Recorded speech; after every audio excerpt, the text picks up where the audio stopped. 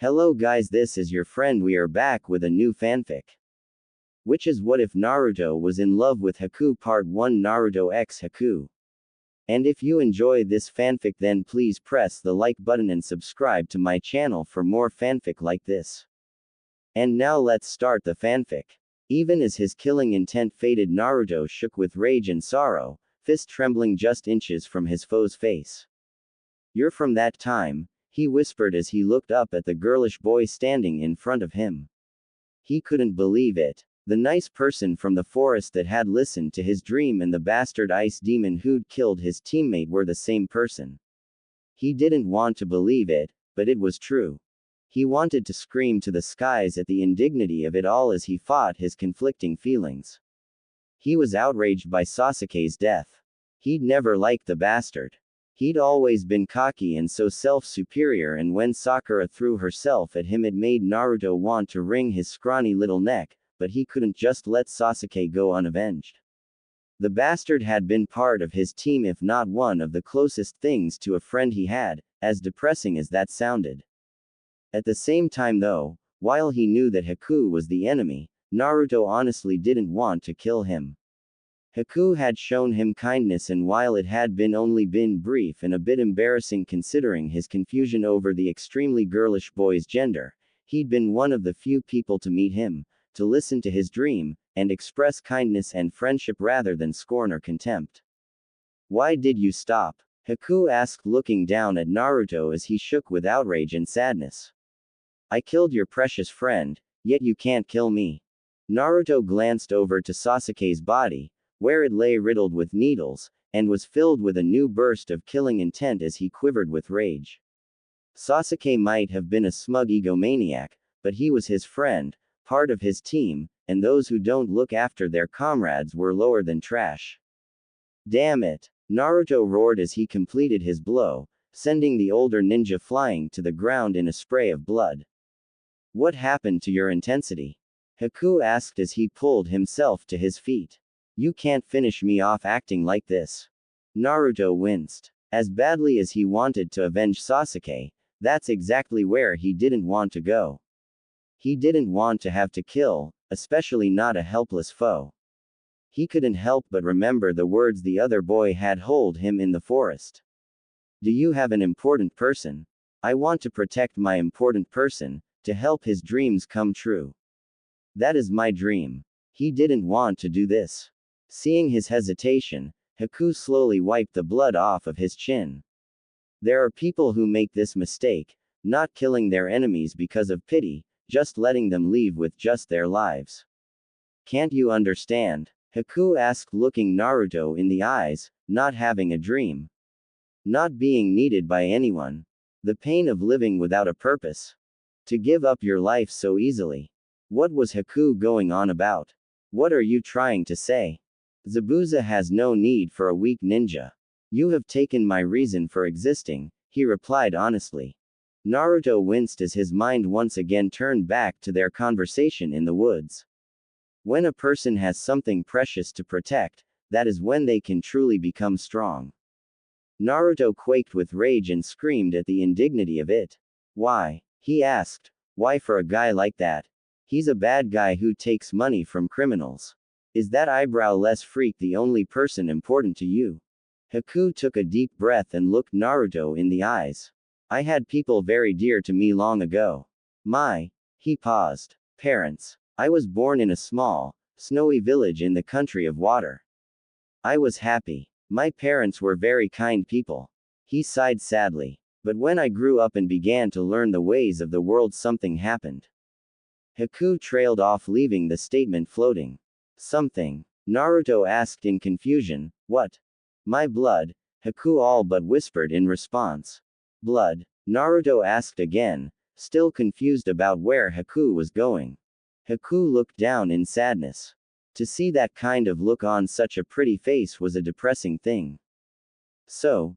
Naruto asked, softly, "what happened?" Haku looked back up to him. "My father killed my mother and then he tried to kill me." "What?" Naruto gasped. The water country had been going through an endless civil war, and those with advanced bloodlines came to be hated.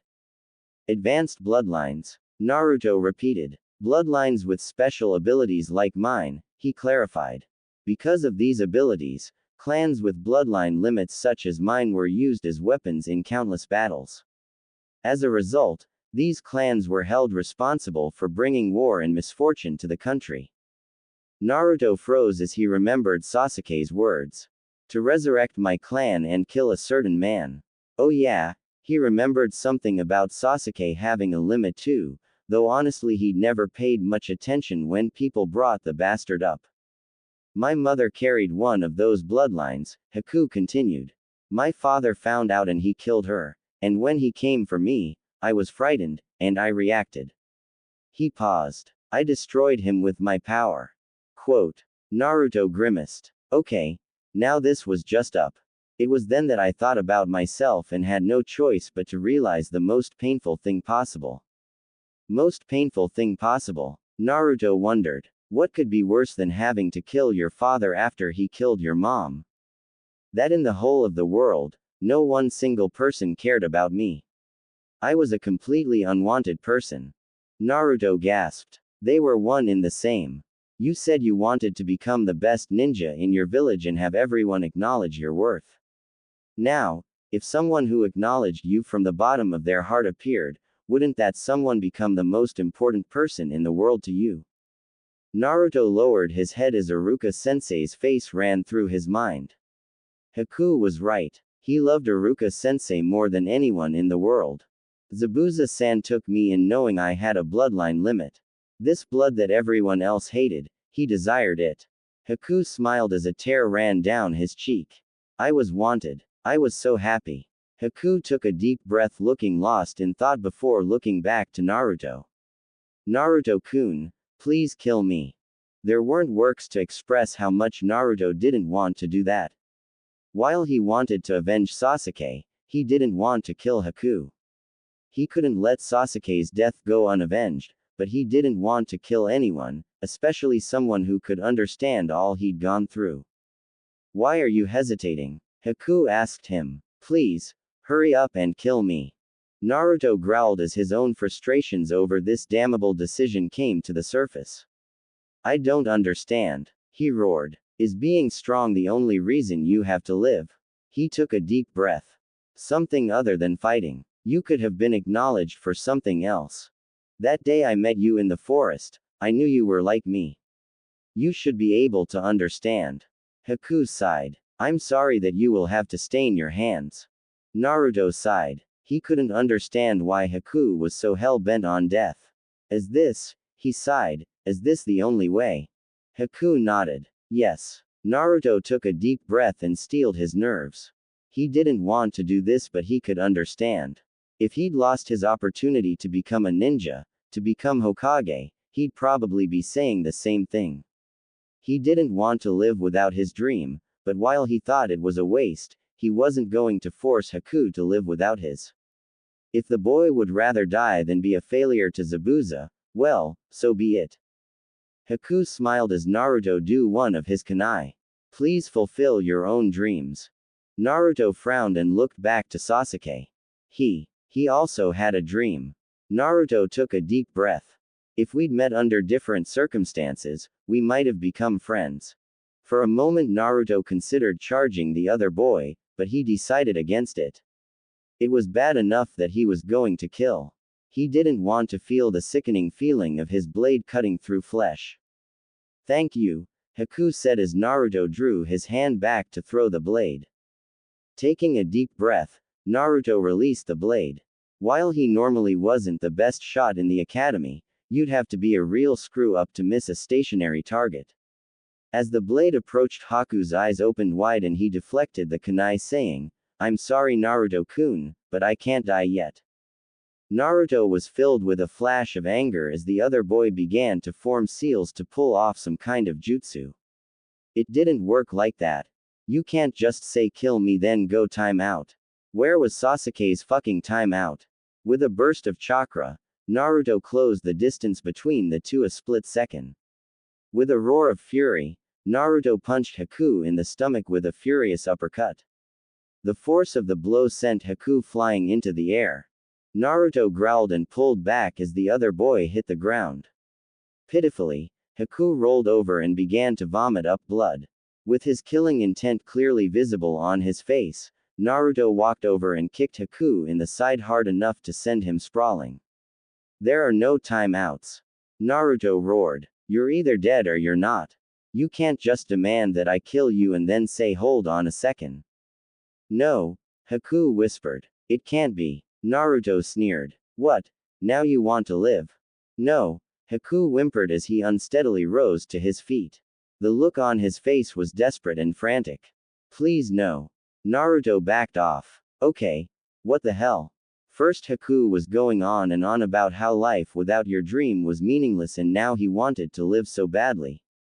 Naruto blinked in confusion as Haku pushed past him, holding his stomach as he lumbered into the vanishing mists. Taking a deep breath, he followed him wondering what the hell was going on. It was then that he saw it. Sasuke's death had been tragic but it had been clean and probably painless. This on the other hand was, well, neither. Across the bridge Kakashi-sensei was standing across from Zabuza, his arm buried up to his elbow in the Nukenen's chest. Naruto fought back bile at the revolting sight while Haku released a deafening, girlish scream. Glancing over, Kakashi simply withdrew his arm from his foe's body. Once again, Naruto fought the urge to vomit as he heard the sickening suction sound and saw all that blood come rushing out of the large hole in his torso. Yeah, Zabuza sure as hell wasn't getting back up this time. Zabuza-san, Haku cried out as he stumbled towards the body. For the fifth time Naruto heard true anguish in his voice.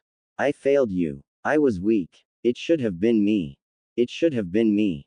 The dying Nukenen smiled under his mask and weakly brought his hand up to touch Haku's cheek as the boy collapsed to his knees next to him.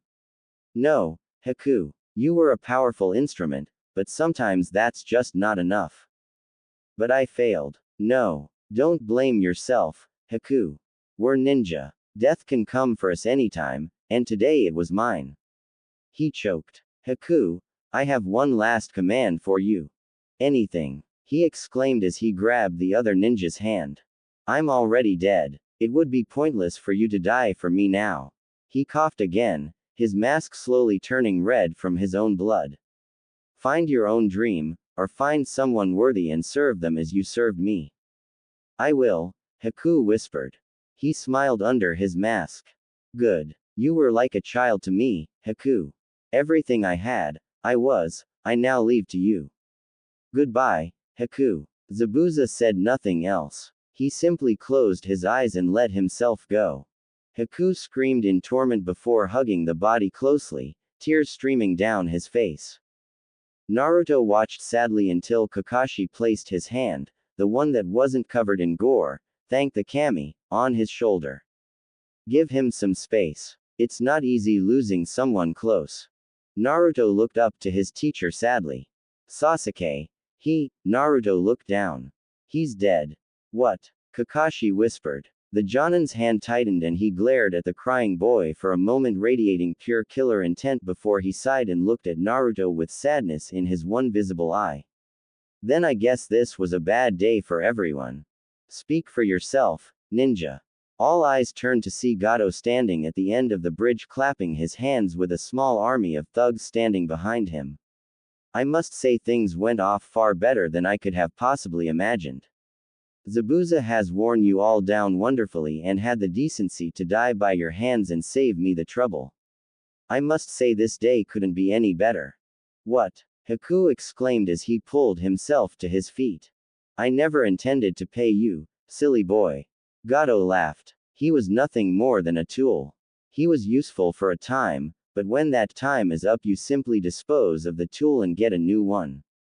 That is why Nukenen are so much more useful than village ninja. No one minds when you throw them out. Haku seethed in rage. Zabuza-san was not a tool. He had a dream. Gato scoffed, cutting him off.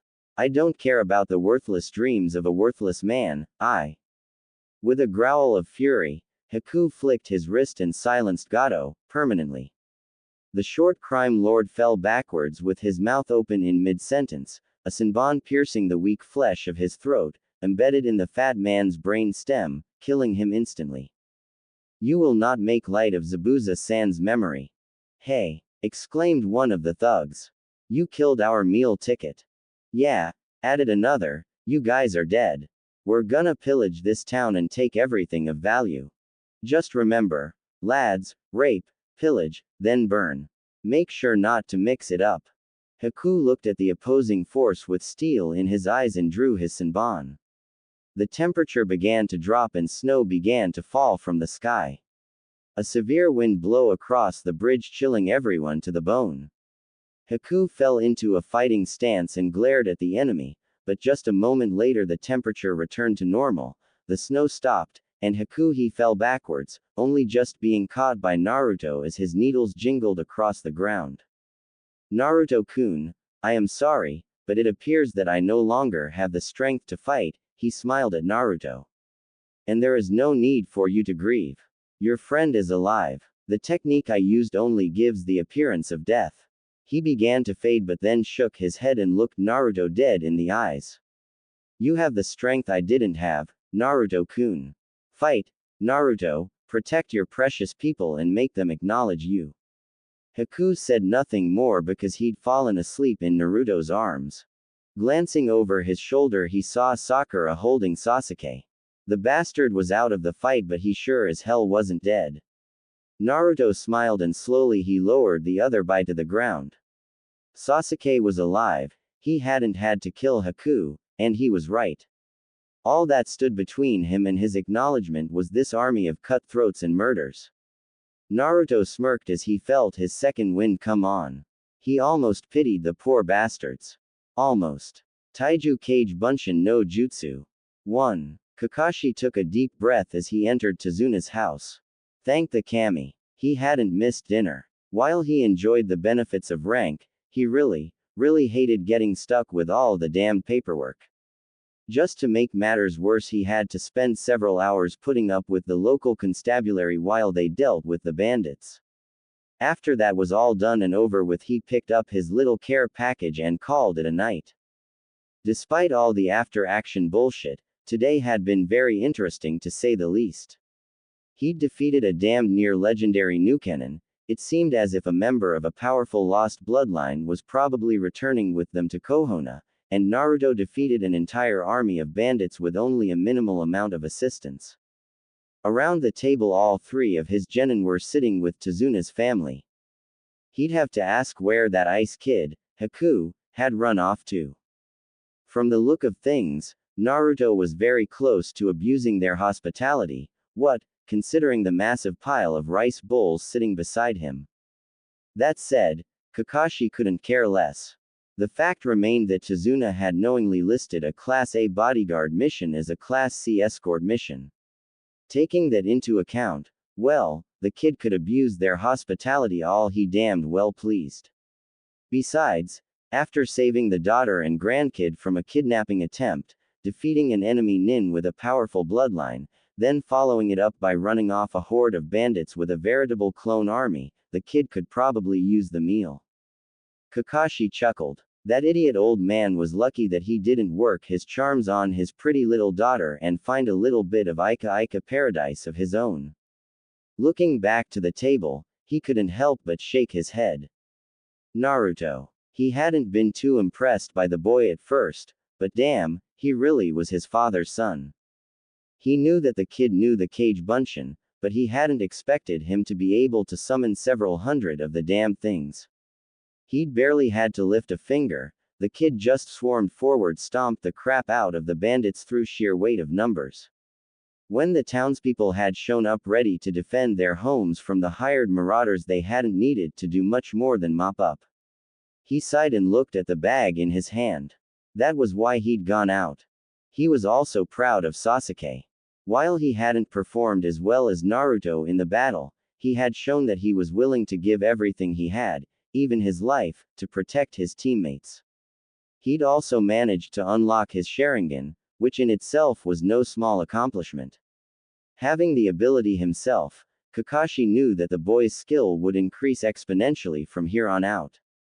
Sakura had mastered tree climbing first, without a doubt had the best chakra control, and had defended the old man as ordered, but when compared to the accomplishments of his other students, her performance was depressingly underwhelming. Next time he'd have to make sure to get her a chance to show her stuff. He also had to admit that while he was still angry at the boy, Haku was highly capable. He'd managed to dominate both the last Uchiha and the son of the Yondaime Hokage, with it only being Naruto's use of the Kyuubi no Kitsune's chakra that allowed him to wear the older boy down and defeat him through sheer brute force. Kid was also a decent med nin. Once he'd regained consciousness, he'd immediately volunteered to take care of everyone's wounds. He hadn't used any jutsu, but considering his state of near-total chakra exhaustion, that wasn't very surprising. Naruto-kun, Kakashi said, we need to talk for a moment. The boy nodded and stood up, a wide smile on his face. Yeah, Kakashi-sensei. Where's Haku? Kakashi asked. He hoped the boy hadn't run off. If they could convince the boy to come to Kohono, he'd bring both the hidden mist techniques he'd learned from Zabuza and his powerful bloodline limit with him. Oh, he's taking a bath, Naruto replied. Kakashi nodded. That was understandable. From the sound of things, Naruto had used the kid as a punching bag. A hot bath always helped soothe bruising. Looking back to the boy, he said, Naruto, walk with me. Yes, sensei. Kakashi walked the two of them out of earshot of the others and turned to him. I just got back from the constabulary.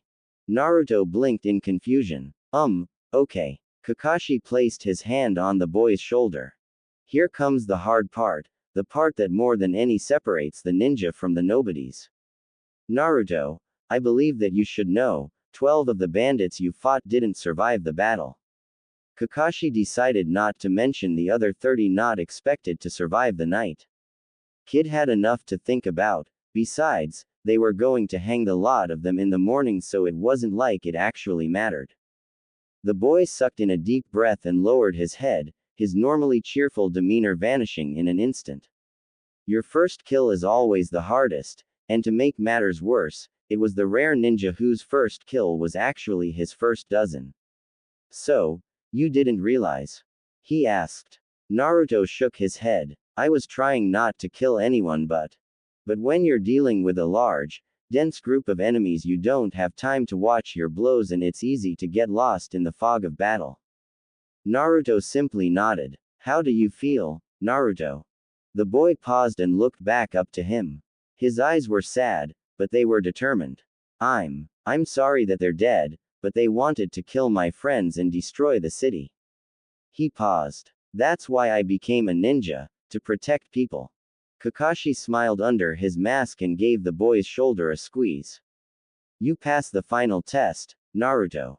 Naruto blinked. What? I'm sure you've heard 1,000 times in the academy that we ninja deal in death, but most people don't understand it until they've actually been forced to take a life. Some can't handle the responsibility, but you can. Now you're a true Konoha shinobi. The boy smiled sadly. Thank you, Kakashi-sensei. Kakashi slowly lifted the bag in his hand and gave it to Naruto. Now, I'm sorry that this isn't the best quality, but it's the best I could find around here. Naruto blinked as he pulled the bottle of mid-grade sake from the bag. Sake.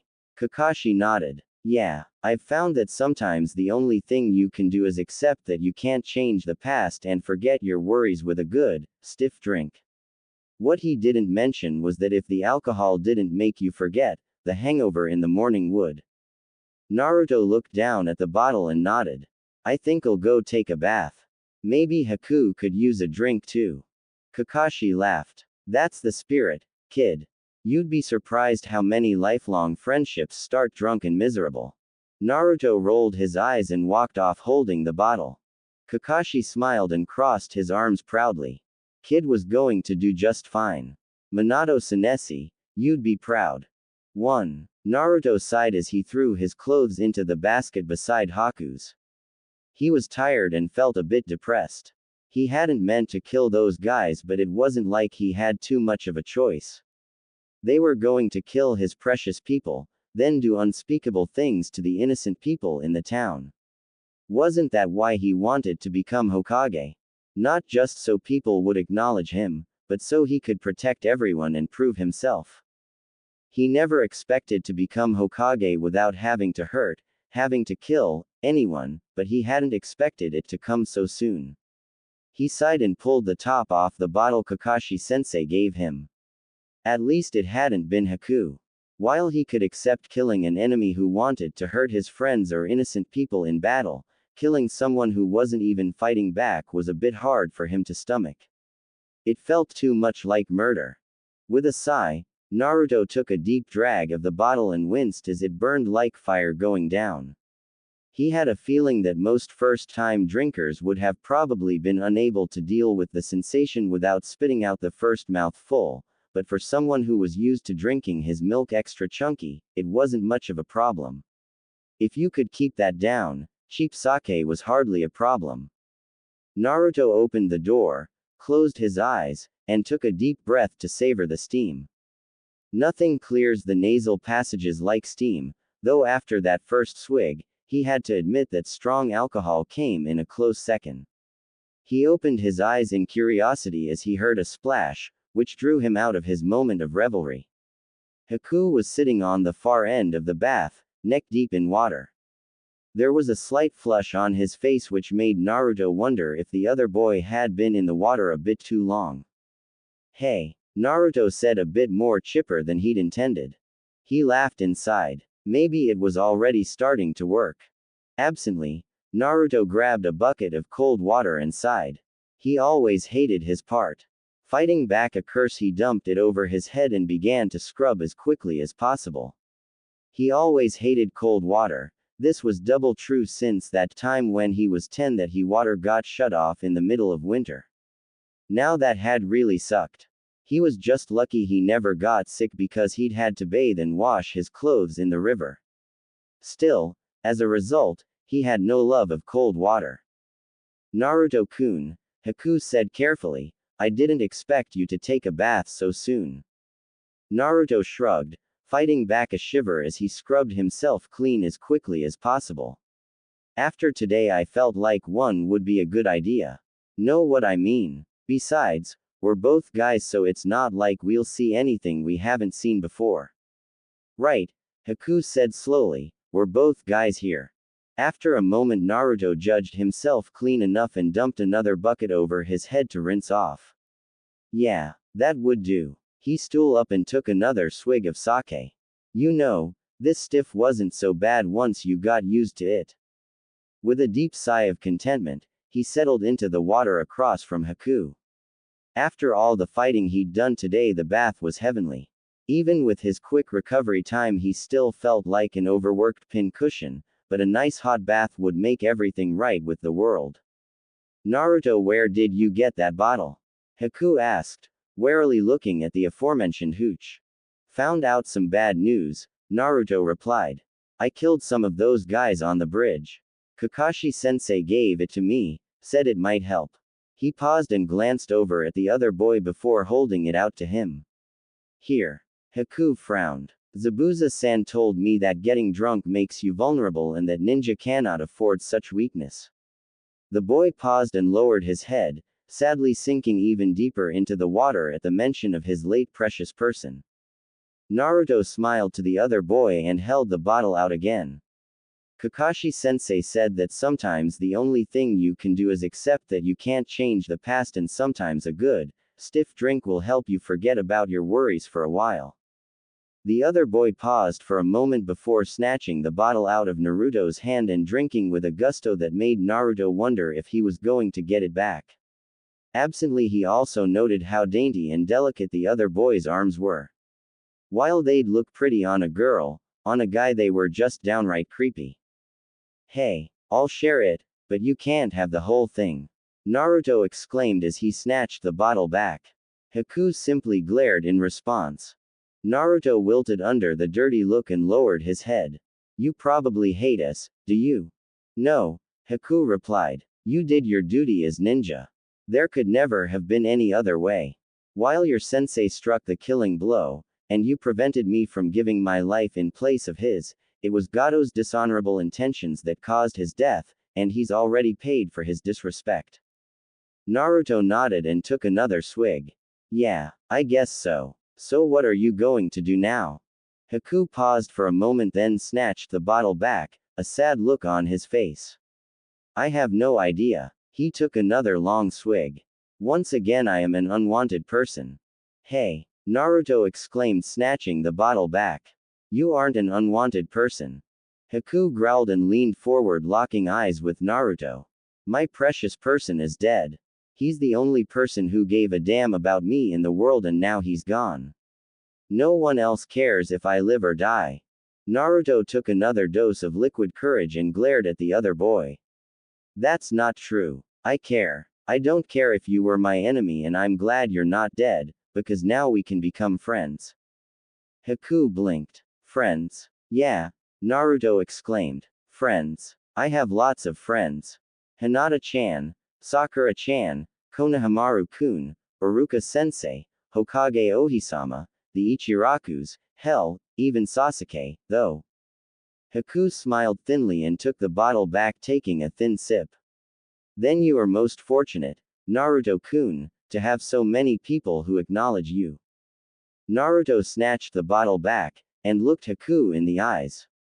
Yeah, I know, and if you gave 'em half a chance I bet they'd become your friends you too.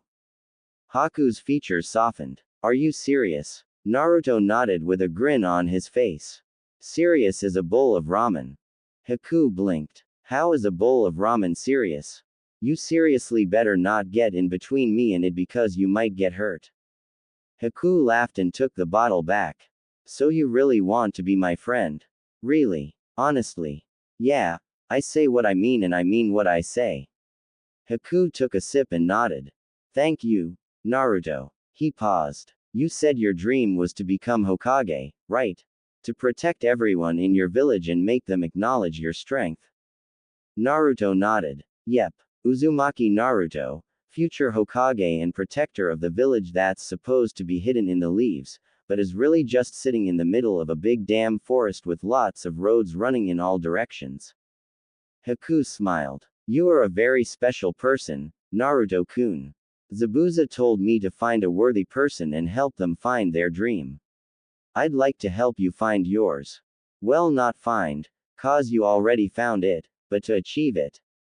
Naruto beamed. Thanks Haku. Let's go train. He tried to stand but his footing was questionable and his balance was unsure, causing him to fall back into the bathtub. Haku giggled in a girlish manner and offered the bottle back to him. I think you're drunk. Naruto nodded. Yeah. He took another swig. I drink so too. Haku laughed. Don't you mean? I think so. Naruto shrugged. That's what I said. No you didn't. Yes I did. Haku laughed again. You've a very strange boy, you know that Naruto-kun. Hey, who are you calling strange?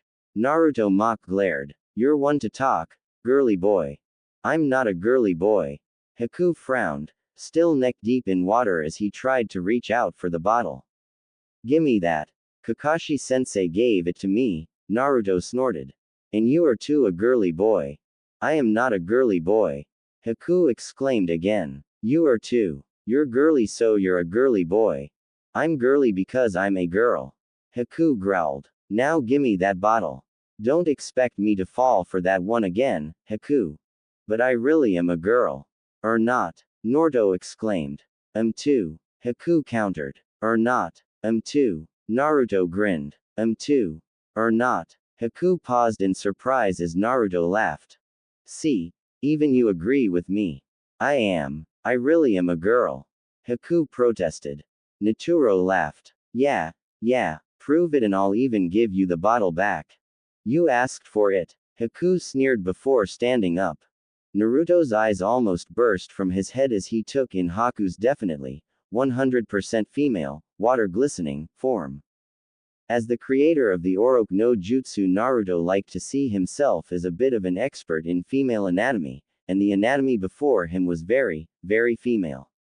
Suddenly he realized that he'd spent the past, who knows how long, sitting in a bath with a hot older girl getting sloshed, and after much careful internal debate, he eloquently managed to put his thoughts into words. How the hell did you hide those? Naruto exclaimed as he stared at a pair of rosy caps that were half the size of his head and seemed to redefine the word, perky. Loose, heavy shirts and a minor genjutsu seal woven into my bindings. Sealing is truly a powerful art, he breathed in awe. Haku glowered. So I've noticed, now gimme that bottle. Haku lunged for the bottle, but like Naruto, her normally exceptional sense of balance had been disrupted by the sake and she ended up slipping forward and fell on top of the younger male.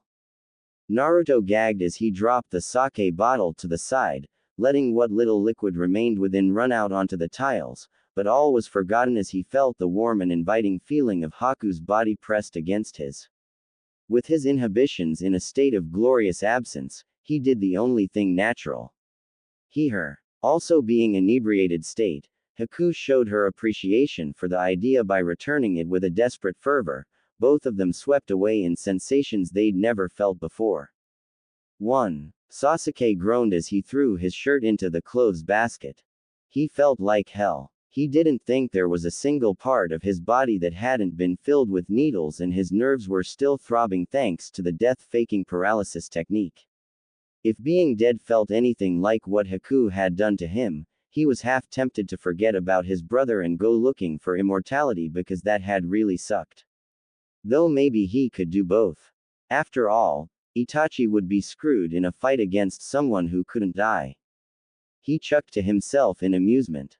That would be cool, but it was also highly unrealistic. He had to keep his head straight about this one. He already knew what he had to do. He had to unlock the full power of his Sharingan. Only then would he be strong enough to defeat that man and avenge his clan. Of course you couldn't avenge anyone if you were dead, so he had to wonder why he'd taken that hit for the dobe. It just made no sense. He'd just seen it coming and reacted on instinct. Did this mean that Naruto was his best friend? Did that mean he had to kill Naruto in order to become strong enough to kill his brother? He shook his head. That wouldn't be easy. While Naruto wasn't quite as pathetic as he looked, for some reason Sasuke had doubts to his own ability to kill the other boy. Was it because of the hidden power within him, or was it something else, like his own deep-rooted unwillingness to kill the idiot? Moving his mind to another subject, he was glad that Haku Kid was still alive. While he was still pissed about almost being killed, he was smart enough not to take it too personally. Besides, while he wasn't able to duplicate the other boy's bloodline-based abilities, much of his combat prowess seemed to be due to his unique form of taijutsu. He hoped he'd stay around for a while because he had no doubt that once he'd watched the other boy for long enough, he'd be able to duplicate it. Now, while he doubted it would make him powerful enough to defeat Itachi, he knew that it could at least give him a few tricks that man wouldn't be expecting. Yeah, he'd definitely have to talk to the other boy about sparring so he could learn some of his techniques. With a smile, Sasuke opened the door. That expression was instantly replaced by wide-eyed, open-mouthed shock. Naruto and Haku were in the bath, and they were making out. There were two guys making out in the bath. That girly boy he could expect. After all, for a man to be that girly he had to be a little limp-wristed by nature, but Naruto. That didn't make any sense. He gasped. Or did it? Suddenly it all made sense, the kind of sense that made Sasuke's blood freeze in his veins. Naruto was gay. Naruto liked him. That accidental, it wasn't so accidental. The reason he stalked Sakura. It wasn't because he liked the pink-haired girl, it was because she liked Sasuke and he tolerated her. Naruto was using Sakura to get close to him. Their entire rivalry, it was because the dead last loser just wanted to be close to him. Hell, he bet the twisted little freak got off every time he hit him in a sparring match. A chill went up his spine as he remembered that they'd bathed together several times over the duration of this mission. He felt dirty, he felt defiled, he felt a deep concern for his anal virginity. Almost hyperventilating, Sasuke stumbled back and gripped the door to steady himself. He almost cursed as the door rattled, doubtlessly bringing the attention of both the queers in the bathtub upon him. Sasuke gulped as he filled with fear. He'd been hoping to simply slip away, but now that they were busted, what would they do? Would they hold him down and do unspeakably gay things to him in order to force his silence with shame, or would they just accept that the cat is out of the bag and come clean? Honestly, he didn't intend to be around to find out. Sasuke turned around and slid the door shut as fast as it would go and grabbed a yukata off a hook. Taking only enough time to cover himself, he ran for help like his depended on it, because it just might. Kakashi-sensei. 1. Kakashi sighed as he placed his chopsticks back onto the table and turned to his uncharacteristically frantic, and apparently, genin. On one hand he was annoyed. After all, he'd just managed to sit down to enjoy a very well-deserved meal. On the other, he was wondering what in the world could make the otherwise implacable Uchiha Sasuke freak out this badly. He was also amused. His other genin was blushing brightly, virtually paralyzed with shock, while a small trickle of blood made its way down her left nostril. Oh yeah, he had no idea what was going on, but they were never going to live this down. He'd make sure of it. What is it, Sasuke, and why are you running around without pants? Kakashi asked bluntly. Haku and Naruto are in the bath together, he exclaimed, jumping around in place. Behind Kakashi, Sakura fell over backwards, in a near catatonic state, a silly grin pasted across her features, and the blood from her nose now flowing freely. All of Sasuke's jumping around must have given her a look at his junk. He looked over and shook his head. Girl had it bad. Well, that or she was into yaoi. Personally, Kakashi hoped it was the former. Looking back to Sasuke, he suddenly wondered what was wrong with the kid. Communal bathing was in no way something to freak out about. It was a proud part of their culture, after all. Was he really that sheltered? Hell, hadn't he shared a bath with Naruto already? Okay, what was he leaving out? And how exactly is this an excuse for you running around making a fool of yourself? Kakashi asked, bluntly. They were making out, Sasuke exclaimed. Kakashi jumped to his feet. Okay, what the fuck? While he didn't disbelieve Sasuke, he knew something had to be up. He'd given Naruto that booze, and the kid said he'd be sharing it with Haku, so maybe they were both drunk, maybe experimenting. A lot of guys did that, though most never spoke of it. Hell, maybe Haku actually was a girl who tried to pass as a guy. A lot of girls did it, and he didn't think a guy could be that pretty. Hell, maybe the Uchiha had just seen something that just looked kinda queer, made the wrong assumption, and let his mind fill in all the blanks, coming to a worst-case scenario. Not that there was anything innately wrong with being gay, but with the way Naruto stalked Sakura, and that wondrous Oroku no jutsus of his, it didn't seem likely. Besides, the son of Namikaze Minato, the man who gave him his first volume of Ichi Ichi Paradise, gay. On that day he'd eat his own mask. Come on, Kakashi said in annoyance. Let's see what's going on. It's obvious what's going on, sensei, Sasuke replied. Naruto's gay and he's using his membership in this team to try and get a piece of my. Well, I'm not going to stand for it. I like girls, damn it. Kakashi simply glanced at the boy and smirked. Do I mess with his head, or don't I? Kakashi smiled under his mask. Do. With the way you ignore Sakura, I have my doubts, kiddo. Sasuke flushed brightly and glared at his sensei. I have a man to kill, I cannot afford any distractions. Your clan isn't going to rebuild itself, you know, Kakashi replied, honestly enjoying yanking on the kid's chain. Sasuke frowned. I can do that after I've avenged my clan. Kakashi shrugged. And here I thought you'd want to rebuild your clan first, if only to make sure that if something happened to you, your lineage isn't lost. Sasuke turned about, glaring him in the eye. You, he paused. You have a point. And that's why I'm the Jonin instructor and you're the Genin student.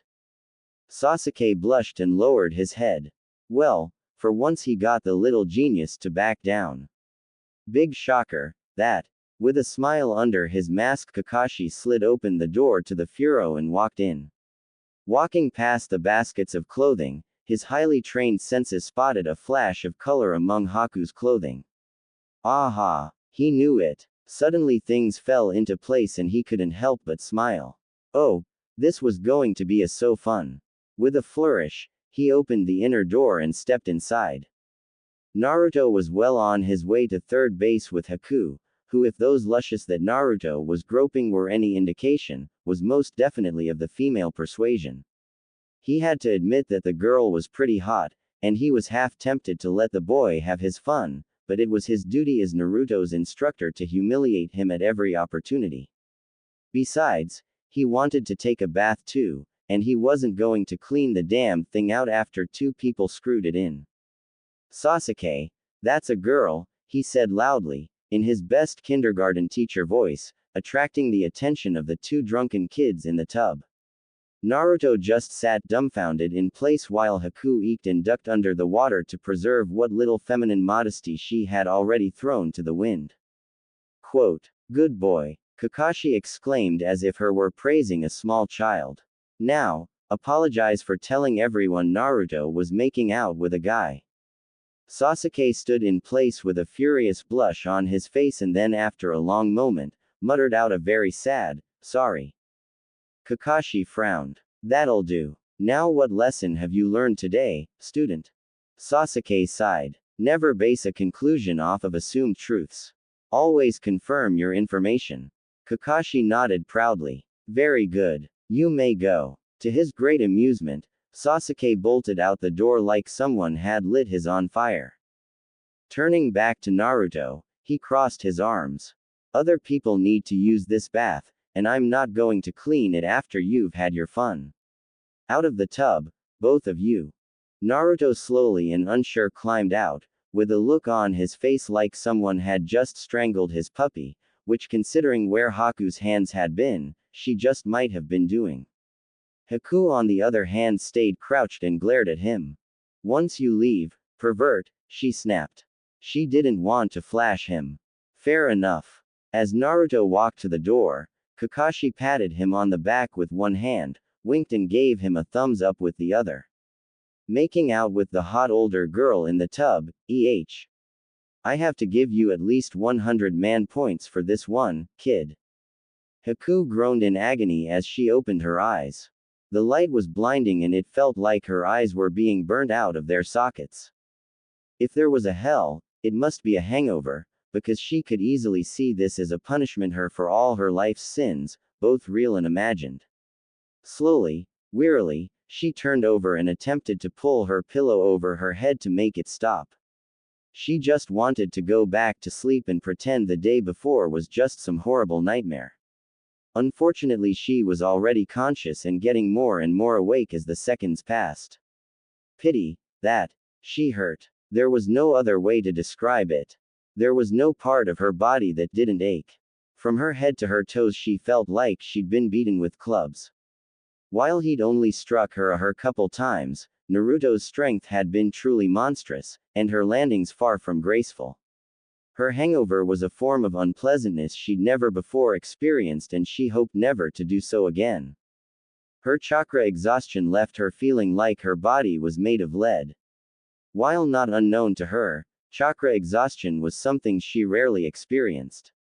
Her techniques were too powerful and her reserves too deep. It was rare for her to ever get pushed that far. The worst, though, was the pain in her heart.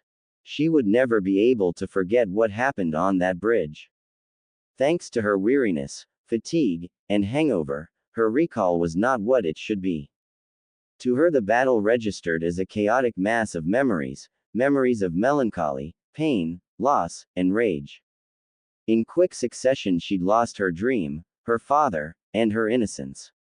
While she'd killed before, it had never been intentional. She'd never taken any pleasure in the idea of killing, and had always avoiding unnecessary bloodshed. She hated seeing people suffer needlessly. She shook her head. Ironic, considering that she was formerly the tool of the demon of the mist, who was famed for using carnage as a weapon. She'd enjoyed killing Gato. This disgusted her, but at the same time, she found it very hard to care. The man deserved it. He was a vile creature whose duplicity and selfishness had led to Zabuza-san's death. While he hadn't delivered the killing blow, this entire ordeal was his responsibility. Satisfaction was to be expected. Killing him had simply been the act of avenging her master. She paused. No, not master. Her father. Before he died, Zabuza had called her his child. He'd said she was to inherit all he had. In that act, he'd given her the most precious of gifts. He'd made her more than an extension of his will. He'd declared to her that she was his precious person. He loved her. She was his daughter, his apprentice, no longer his tool. Even in her pain, this brought her comfort. For that brief moment, she saw the love in his eyes and it filled a void she never knew existed. For that moment he valued her for her and not for her blood. In that moment, she'd gone beyond being wanted to being cherished. A small smile came to her face and she hugged herself, desperately trying to hold on to that precious moment of love. Haku blinked as she felt a squishy sensation under her robe. She looked down and saw that her unbound, covered only by a thin yukata that only just managed to preserve her feminine modesty. Her eyes went wide. Oh, shit, what had she done? If there was one thing that Zabuza had grilled into her with almost obsessive intensity, it was that her true gender was to be kept secret. Under no circumstances could the fact that she was actually female could end up in the bingo books. The reason was entirely defensive. It was an unspoken fact that many hunter nin abused the amount of freedom that the nature of their profession allowed them to indulge in otherwise unspeakable acts of cruelty and sadism. Among other things, many, especially those from were free to take certain liberties with the kunoichi they were hunting before they killed them. In fact, it was considered an unspoken but universally accepted job perk among the hunter nin of Kurigakure no Sato, and the behavior actually given the silently approval of the current Mizukage. The price of defeat for a ninja was death. She knew this, she accepted this, and she knew well that the only reason she was alive now was due to the mercy of these Konoha nin. It was simply the way of things. But that, she shuddered. It made her blood run colder than the ice she so casually manipulated. To her it was the stuff of nightmares. That was why she hid her gender. If hiding her gender was the price to pay to avoid a slow, agonal, degrading end, it was one well paid. There was no way that this was going to be kept out of Konoha's bingo books now, and once it was in their bingo books, everyone would copy it. Even worse, without Zabuza's reputation to shield her, she had no idea that Kiri would step up their attempts. Her existence wasn't widely known outside of Kurigakure no Sato due to the fact that up until this point she'd spent her life living in Zabuza's shadow, protected by his reputation and tendency not to leave survivors. She was on her own now, and once Konoha listed her, all bets were off. She felt disgusted at her own foolishness. How could she have been so stupid? She took a deep breath and tried to remember. What could have caused her to lose complete control of her senses so badly?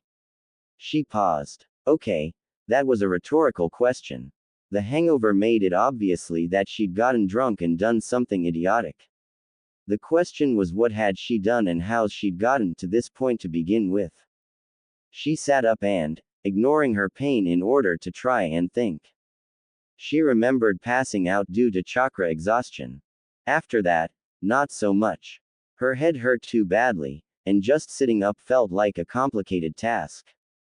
While she never drank to excess before, and Zabuza considered it a weakness, Guzu and Maizu loved nothing more than getting themselves drunk to the point of stupidity, finding a couple of local harlots, and dragging themselves home the next morning in a pitiful state.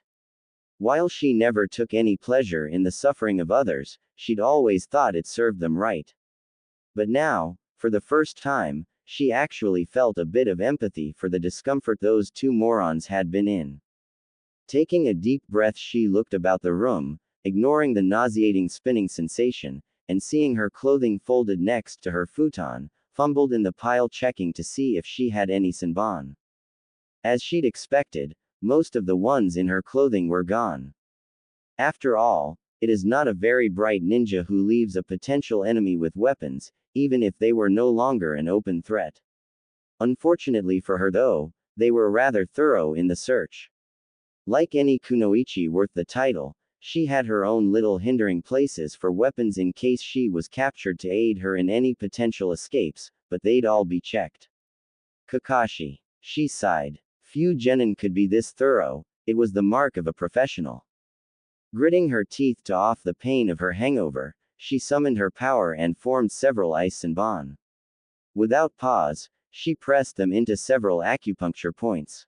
Within seconds her screaming migraine reduced itself to a dull but persistent headache.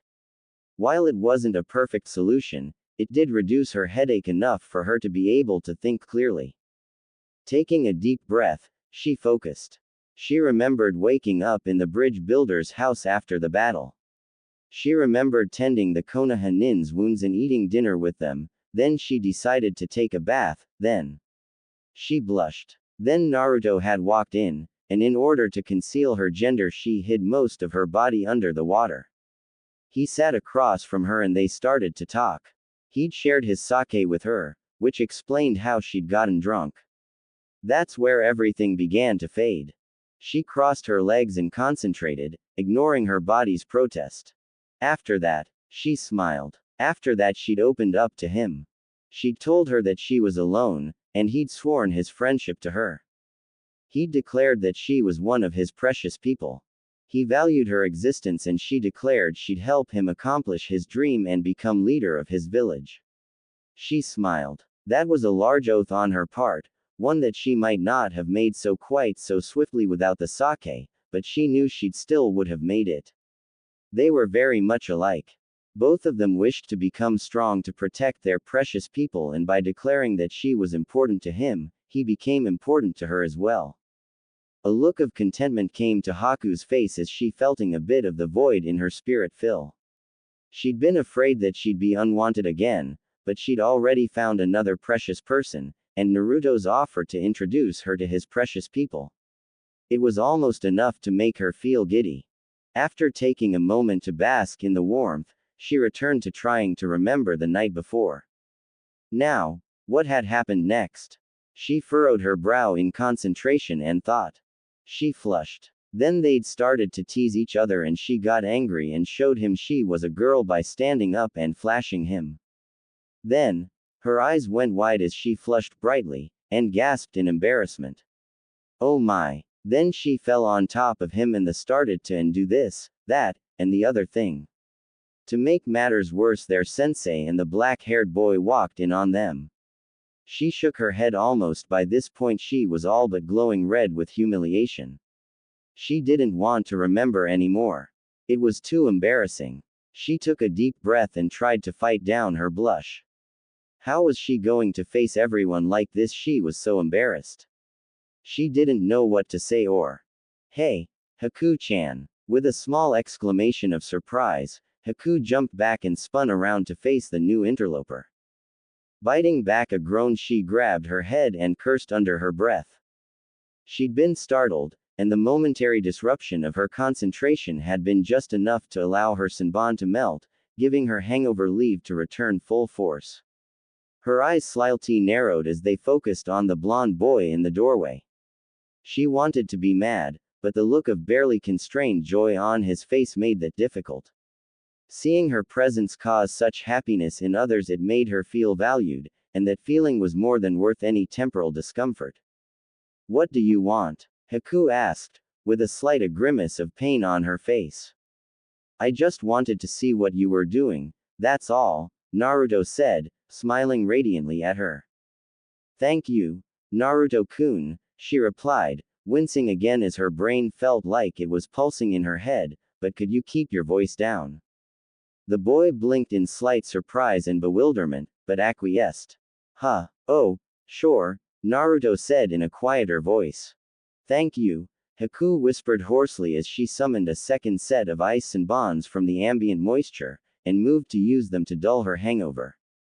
Seeing her about to place the ice needles into her flesh, Naruto reacted with surprising speed.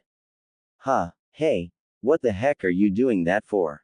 Naruto shouted, frantically grabbing for the needles before she could stick them into her head. Don't touch those. Haku growled, pushing him away. I have a hangover and they help with the pain.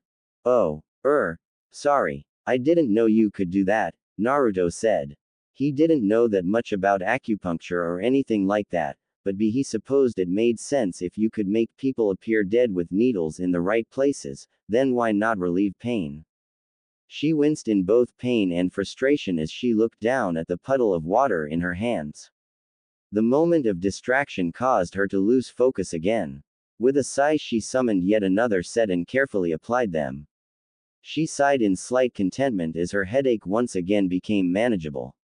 This would be much easier if I didn't have to focus on them, she reflecting, plopping back onto her back with her arms spread to the side, jostling her top. Naruto blushed and his eyes went wide, but he was unable to look away, gaze firmly locked on Haku's chest and the bountiful treasures that had been partially exposed from her loose top. Part of his mind told him he was a pervert, while his awakening hormones told that part to sit down and shut up and enjoy the sight of her glorious peaks that you could make it if you turned your head and looked just right. Haku met his stupid smile with a peaked eyebrow and slowly followed his gaze downwards. Her eyes went wide and she blushed brightly as she snapped her yukata shut while simultaneously shooting him a withering stare. Sorry, Naruto said, slapping a hand over his eyes. I'm sorry, really. He turned away for good measure. Haku sighed. It was just hard to get mad at him. For someone who'd always wanted nothing more than to be appreciated, any attention was better than none, even if it wasn't entirely innocent. Besides, he was cute when he was embarrassed. It made him difficult to stay angry with. Naruto-kun, I know you're not a pervert. She took a deep breath. Since they've already had managed to work themselves into an awkward situation, might as well take that last step and make things downright uncomfortable. After all, they'd need to talk about it eventually. About what happened last night. Naruto blushed harder. Neither of us were in our right minds. She sighed. We were both drunk and acted like fools. Naruto lowered his hand and stared at her. But Haku-chan, I wouldn't. Naruto couldn't help being confused. Last night was, well, the affection-starved boy found himself cursing his sensei for interrupting it. Haku was so soft, so warm, and how she touched him, he sighed. It was overwhelming to a boy who could probably count how many times he'd been hugged in his life on both hands.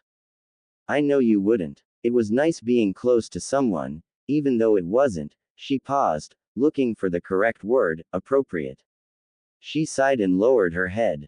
By showing my secret, I've endangered myself, Naruto-kun. What? Why? Naruto asked, even more confused. Haku was strong. So strong he had to call on its power to defeat her. You're strong. Why would you hide what you are? Naruto-kun, she asked seriously. Do you have any idea what Kiri Hunter Nin do to Kunoichi they capture alive before they kill them? Naruto frowned and shook his head. From Haku's tone of voice though, it couldn't be anything good. She paused and looked at him levelly. He really couldn't be that naive, could he? You really don't, do you? No, Naruto admitted. She closed her eyes and took a deep breath. In the past, Zabuza had told her many times that the ninja of Konohagakure were soft. While she would never insult them by saying it aloud, it was true. They were soft, but she believed that there was a strength in that softness. Those who hardened their hearts lacked the ability to protect their precious people, but if Naruto was indicative of their genin, then it really was a two-edged sword. They had that strength strong, but they were blind to some of the true horrors of the world. She released her breath and opened her eyes. Without the protection of a hidden village, chances are that if I am ever captured alive by Hunter Nin, I will be brutally raped and then murdered. Naruto stared in slack-jawed horror at Haku, and then his eyes narrowed to slits, literally, as a wellspring of righteous, burning rage rose up from the depths of Naruto's heart. He hadn't known Haku for long, but she was a good person and he'd be damned if he let anything like that happen to her. Well then, You're coming back to Konoha with us. Naruto said. His tone brooked no argument. Thank you, Naruto-kun, Haku said after a moment's reflection. But I am afraid that is neither of our decisions to make. I'm sure the old man will let you into the village. I mean, there's gotta be some way to do it. Naruto said in an enthusiastic voice. Haku smiled thinly. You are a very special person, Naruto-kun. Naruto blushed, and grinned widely at her. Well, so are you to me. Haku flushed and smiled softly as she felt a warmth rise up from chest. Naruto-kun, were you serious when you said that I am a precious person to you? I am serious, Naruto said with complete sincerity. Totally seriously. I promise to do whatever it takes to keep you safe. And I always keep my promises, always. Datbeo. Thank you, Naruto-kun. His smile widened. And I was serious with mine. I will do all I can to help you achieve your dreams.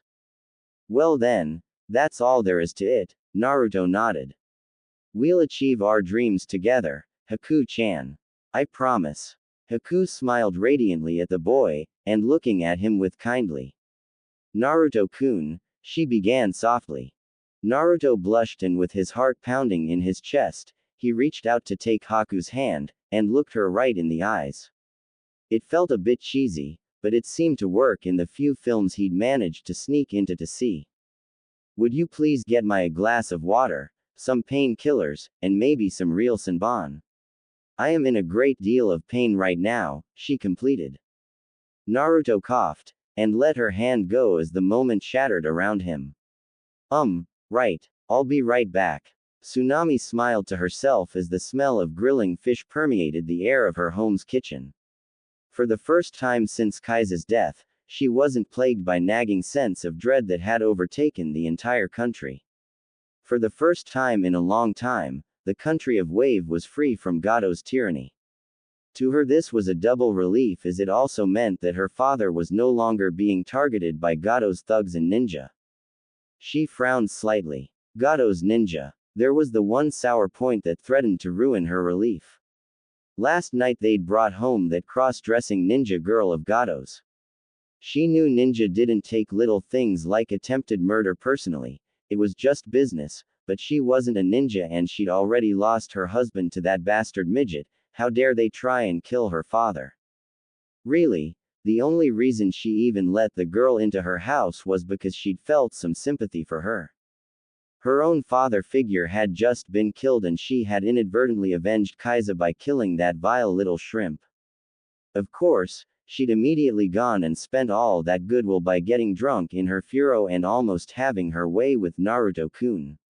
Oh, that girl was just lucky she'd been putting Inari to bed because if he'd been there to see that particular bit of chaos, ninja or not, heads would have rolled. Even now, the only reason she didn't kick out that cross-dressing seductress was that she didn't want to anger Kakashi and Naruto after all they'd done for her family. Hey, Tsunami-ne-chan. Do we have aspirin? I didn't find any in our first aid kits so I gotta ask you. Tsunami almost jumped out of her skin. She hadn't heard him coming at all. How could a kid that loud move so silently? It was moments like this that reminded her, that while yes Naruto was a sweet, hyperactive kid, he was also a trained killer. Regardless of that, he still managed to be one of the most honorable and kind people she'd ever met. She smiled. He was a wonderful boy. I'm sorry, Naruto-kun, but I believe we're out. I believe you sensei already used the last of them. Then threw her the bottle and told her to go buy more. Damn freeloader. Crap. Naruto cursed. He shook his head and sighed. Senbon it is, I guess. Naruto pulled out a canteen, filled it up from the tap, and started towards the door. Once he reached in he turned around and smiled at her. Thanks, Tsunami-ne-chan. Tsunami frowned slightly. She could hear a weariness in his voice, and she didn't like it. Is something the matter? Naruto blinked. Oh, no. Haku-chan's just got a headache. I was just getting her some water. About that, she crossed her arms and looked at him sternly, her frown deepening into a full scowl. While I do understand that you are young, you will behave yourselves in this house. You are very fortunate that Inari wasn't here when your friend had his fit. That is a talk that I would like avoid for the next few years. Do you understand me, young man? Naruto blushed deeply in embarrassment and scratched the back of his head with a big, silly grin on his face. Right, Tsunami Ne-chan. Sorry about that. It won't happen again, promise. It better not, she replied, glaring at him. I'm sorry, he said again, viably wilting under her gaze as he began to look down at his feet. It cut deeply to have someone he liked look at him like that. It felt like the cold stares of the villagers. I really am. Tsunami's annoyance vanished in a moment. She was angry with him, but she didn't want to make him sad. He'd saved her life. He'd saved her son's life. He'd saved her father's life. He'd brought hope back to their entire country.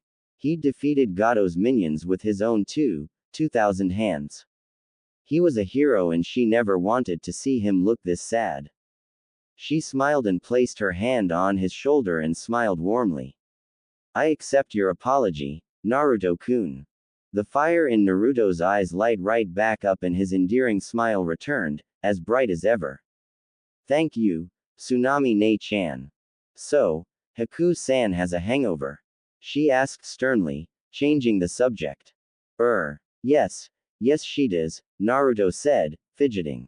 While before her stare had reminded him of the villagers, now she reminded him of Iruka-sensei when he caught him greasing the toilet seats in the facility lounge, again. Feeling that she owed the boy a bit of explanation for her coldness, she began. Naruto-kun, while I do understand that you as ninja don't take such thing personally, she did try to kill my father, and I am not a ninja. I know, Tsunami Ne-chan, I know, but she isn't going to now. And he's not dead. And she just lost, well, her father, basically, Naruto said. It was the best analogy he could draw. She nodded. I understand that, but that girl is trouble. Getting drunk and trying to seduce you. You deserve better. Naruto flushed brightly and began to twiddle his thumbs. Actually, that's all my fault, he admitted after a minute of studying his toes. What? Tsunami asked levelly. I was the one who brought the sake into the bath. What? Tsunami repeated, just as coolly as before. I didn't know she was a girl, and Kakashi-sensei gave me the sake, and he said that it helps make the pain stop and that friendships start when you drink together, and thought Haku might like a drink, and things just kind of happened. First, he reads those perverted orange books in front of her son. Then he freeloads without even saying thank you. Now he sets up sweet Naruto-kun and that apparently innocent and grieving Haku girl up for this kind of embarrassment. Tsunami took a deep breath. Alright, she was decided. Hatake Kakashi must die, and if she had any chance of being successful she would go into his room right now and smother him to death with a pillow herself. After a moment, Tsunami sighed and began to collect herself. Then without a word said, she began to rummage through the shelves and drawers of her kitchen, collecting a bewildering series of strange ingredients, including but not limited to raw eggs, soy sauce, beef bouillon, cold black tea, and raw wasabi from around the kitchen. Then with practice ease, she dumped the ingredients into the blender and moments later poured the resulting viscous liquid into a glass which she then offered to Naruto. Give her this. What is it? Naruto asked, wearily studying the liquid as if he was afraid it was going to jump out of the glass and attack him. Hangover cure, she replied. Tell her to pinch her nose and drink it in one go or it won't work. Are you sure this is even fit for human consumption? He asked, still unsure. Probably not, she admitted, but it works for my father, and he's still alive. Thanks to you. Naruto's face lit back up. Okay. Thanks, Tsunami Ne-chan. Naruto said, hugging the older woman a bit awkwardly. Still, it was the best way he could think of to convey his thanks. You're welcome, Naruto-kun. Just tell her to behave herself while she's staying here.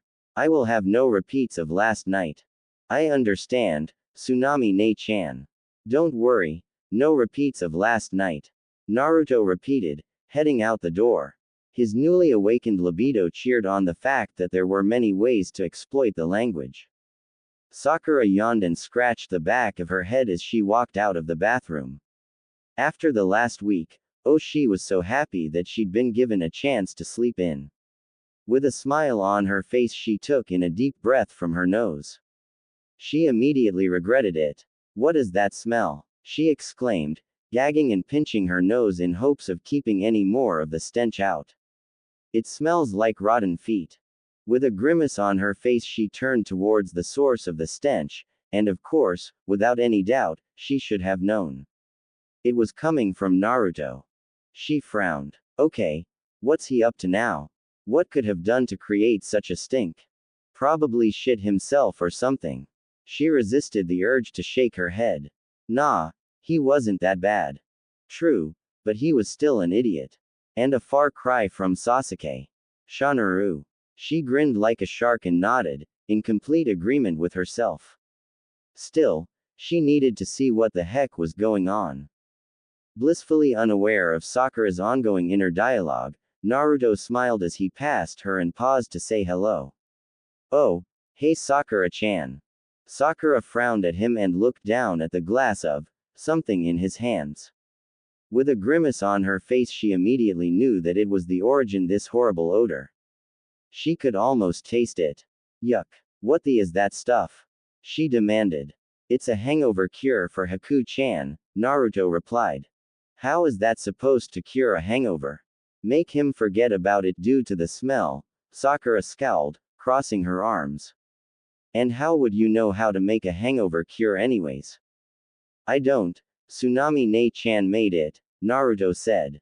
He shrugged and scowled. I don't know how it works, but if Tsunami Ne-chan says it will, then it will. Sakura blinked. Oh. After a moment she frowned. Sakura frowned. So, what exactly happened last night? Naruto blushed heavily. Well, why do you want to know? He asked quietly. She glared at him angrily, her eyebrow twitching freely. Really, the only reason she didn't hit him right there was she was afraid that cup of stuff would eat through the floorboards, or ever worse, get on her. What did you do to Haku-san? Huh, nothing. I didn't do anything to her. What makes you think I did anything with her? To her? Naruto tried, feeling nervous. Sakura was unpredictable, crazy, and violent. He had to admit that for some reason that was part of the reason he liked her. But he didn't want Sakura to upset the cure and water he had for Haku, so he was forced to do something he was not accustomed to, making fast excuses. Nothing. Then what was that Sasuke said about you making out with? She paused for a moment as she rewound their conversation. Wait a second. Her? She exclaimed. Haku's a girl. Well, yeah, she is a girl. Naruto said. He couldn't help the dopey smile that emerged on his face as he recalled just how much of a girl she really was. Sakura began to twitch madly, trying to decide how to react. She was going to kill him. That damn pervert. Poor Haku-san was upset over her father and he tried to take advantage her. She was going to make him wish he was never born. Bah, he was probably just being an idiot. Bet he didn't even know she was a girl. Heck, Naruto wouldn't know if you forced him to read a copy of Ika Ika. Though he was still the pervert who created that perverted Orochi no Jutsu. But he was a pervert who uses perversion against other perverts. When it comes to his own self, he was a total moron. For the Kami Sake, he was too dense to notice how hard Hinata had it for him, and she had it so hard it was downright creepy. Stalker creepy. She hated people like that. Yeah, but Haku's a girl. What a disappointment. Even though he's an idiot, Naruto's still pretty cute, at least when he wasn't talking. Not as cute as Sasuke. Of course not, but still cute, and Haku made a really cute guy. Just the idea of two guys that cute in the steamy bath, glistening bodies, showing their love for each other. Yeah, that sucked, but at least she saw Sasuke's thingy. Shanaru. Beat that Ino pig. Bahahaha. Naruto felt a bit awkward just standing there as Sakura spaced out with that creepy smile on her face. It was like she wasn't even there. After a moment he wove his hand in front of her face. Nada. He stepped back and grimaced. Was that drool? Sakura. You alright? Naruto asked, concerned. Ah, what? Sakura asked, snapping back to reality. What were we talking about again? Naruto found that thinking was actually a very helpful thing to do. Past experience, combined with his knowledge of Sakura's personality, forced him to the conclusion that he should take a break when he saw one. Haku being a girl. Speaking of which, I need to go see her, she has a hangover and stuff. Sakura blushed and nodded. Right. You go do that. Wow. Naruto took a deep breath as he left. Thinking before I act really kicks. I'll have to do it more often. Quickly putting his crazy teammate behind him, he entered Haku's room, smiling brightly.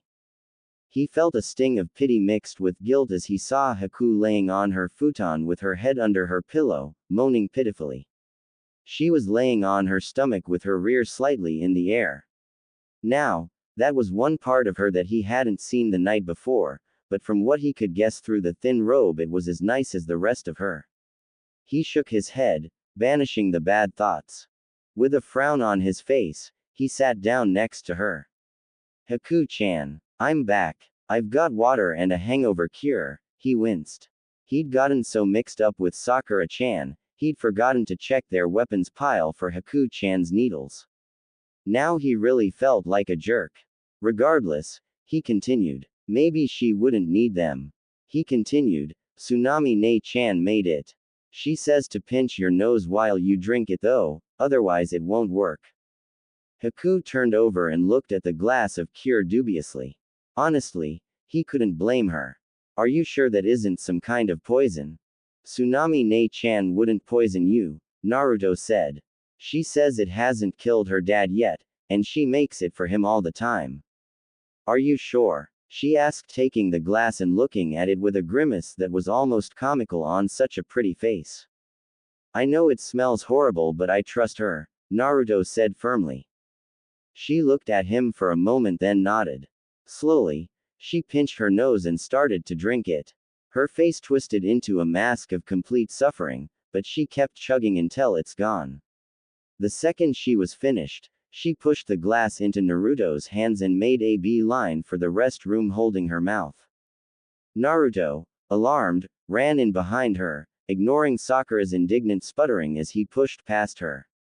Inside he found Haku on her knees, worshipping the porcelain goddess by offering up the contents of her stomach in sacrifice. Naruto was reminded of the time that Ayame got really sick and he'd stayed with her and her dad for a week to take care of her so her father didn't have to close the restaurant. He simply held her hair and let her do what she needed to, like he'd done for Ayame when she was ill. He looked back at the door and saw Sakura on the other side. At first she was giving him a dirty look, but as she looked on, her face softened until she nodded to him and closed the sliding door behind them. Once she was finished heaving, Haku slowly sat on the tile floor and looked over to him. Naruto-kun, Haku said wearily. Next time you hand me some mysterious, vile-smelling so-called cure, I'm going to force you to drink it yourself. Fair enough, Naruto said, handing her the canteen and offering to help her up. She accepted both, and stumbled over to the sink, leaning over it for support. Looking in the mirror, she frowned slightly at her split lip and the black and blue bruises on her face. Naruto winced as if struck. He caused those. He hurt her, and while she was an enemy at the time, he still didn't like being responsible. Not noticing Naruto's discomfort, Haku used the canteen to wash out her mouth and grimaced, rubbing her temples. She looked back down at the canteen then drank the rest and smiled. Looking back to Naruto, she said, I think it worked. Naruto's sorrow was lightened by the sound of relief in her voice. Well, see, that's great. Told ya, Naruto grinned. She cowled and grabbed her side with a wince as she stood up. Naruto grimaced, once again feeling responsibility for her discomfort, and wrapped an arm around her waist to support her, as they slowly made their way out of the restroom. In the living room, Sakura frowned for a moment in internal debate, then asked, Naruto, where's Kakashi-sensei? He said we could sleep in, Naruto replied. But Tsunami-ne-chan's almost done breakfast, so maybe you should wake him and Sasuke up. I'm going to help Haku out. She nodded to him and he continued on to Haku's room. Once they were inside, he closed the door, helped her lay back down on her futon, and sat nearby, feeling rather self-conscious. Haku-chan, he began. He was trying to find something to say, but this thinking thing made it hard to just blurt out whatever came to mind. He was actually glad about that. Asking her if they could make out some more probably wouldn't go over well. Yes, Naruto-kun, she asked, turning to him. He sucked in a deep breath as he looked at her. She was sitting on the futon, leaning back against the wall with her legs extended and slightly spread, dressed in a yukata that looked to be a couple sizes too large. The thin robe fell open about her, not enough to flash him like before, but enough to show him some skin. The robe was riding up slightly, giving him an uninterrupted view of smooth legs and hint of creamy white thighs. So do you need my help with anything?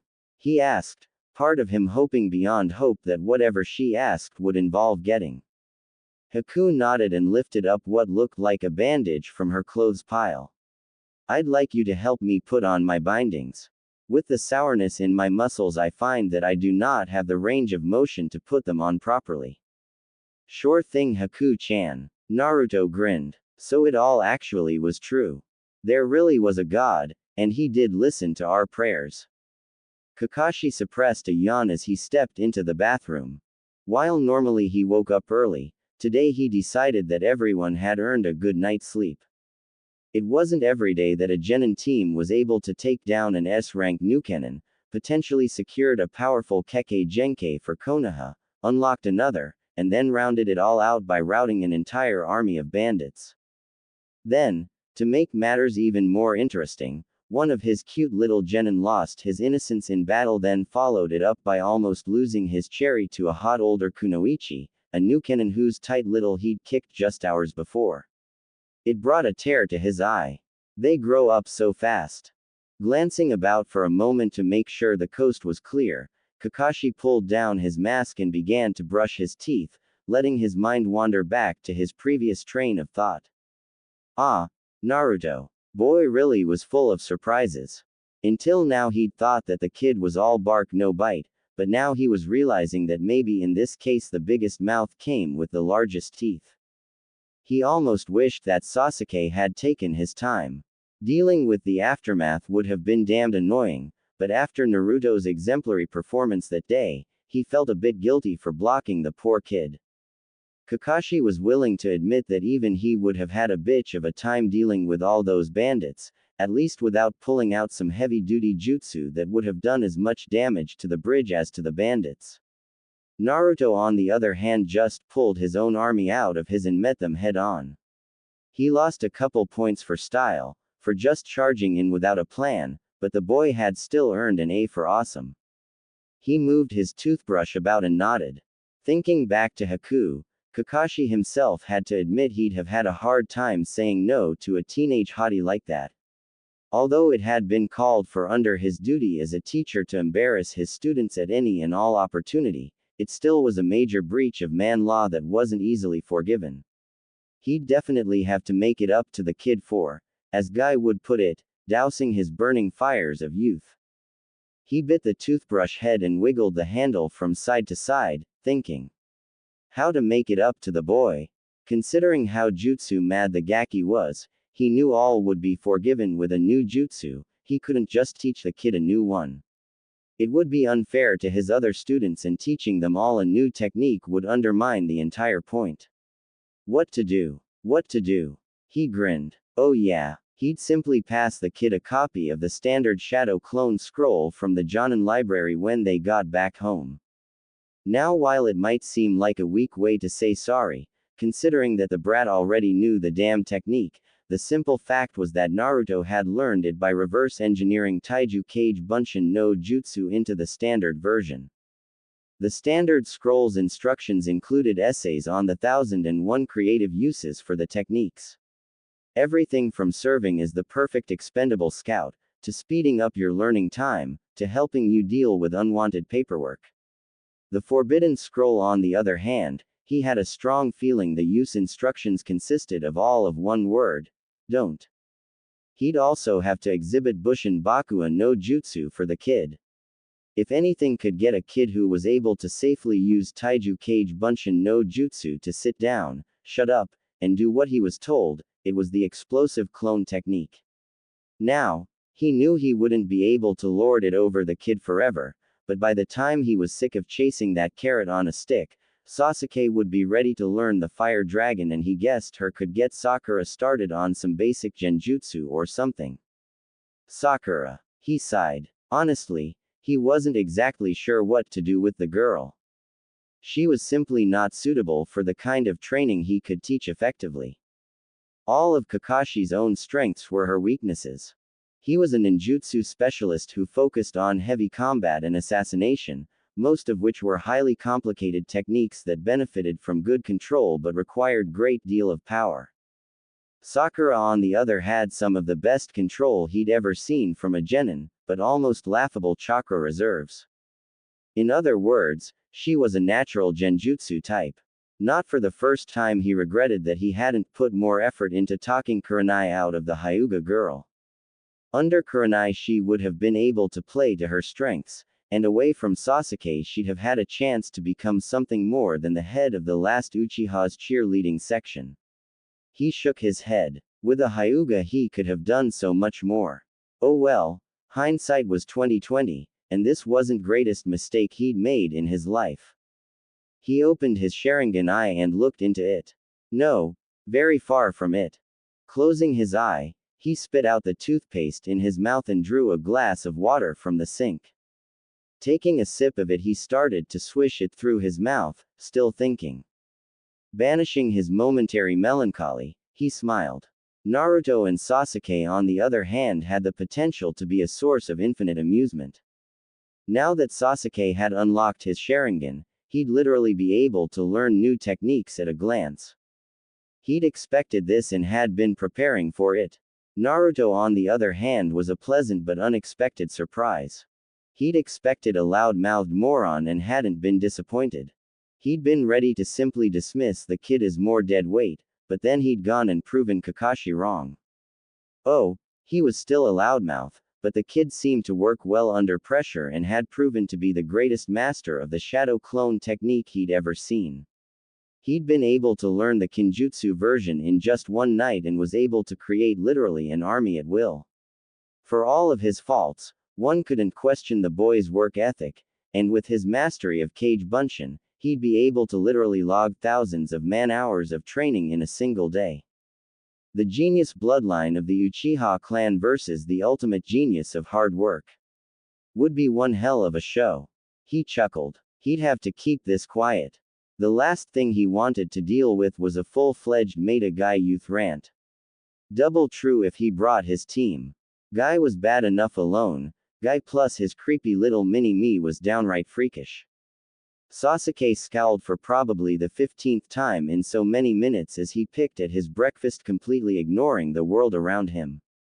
In all honesty, he was in a pretty foul mood after the humiliating display the night before, and was only compounded by one especially painful fact.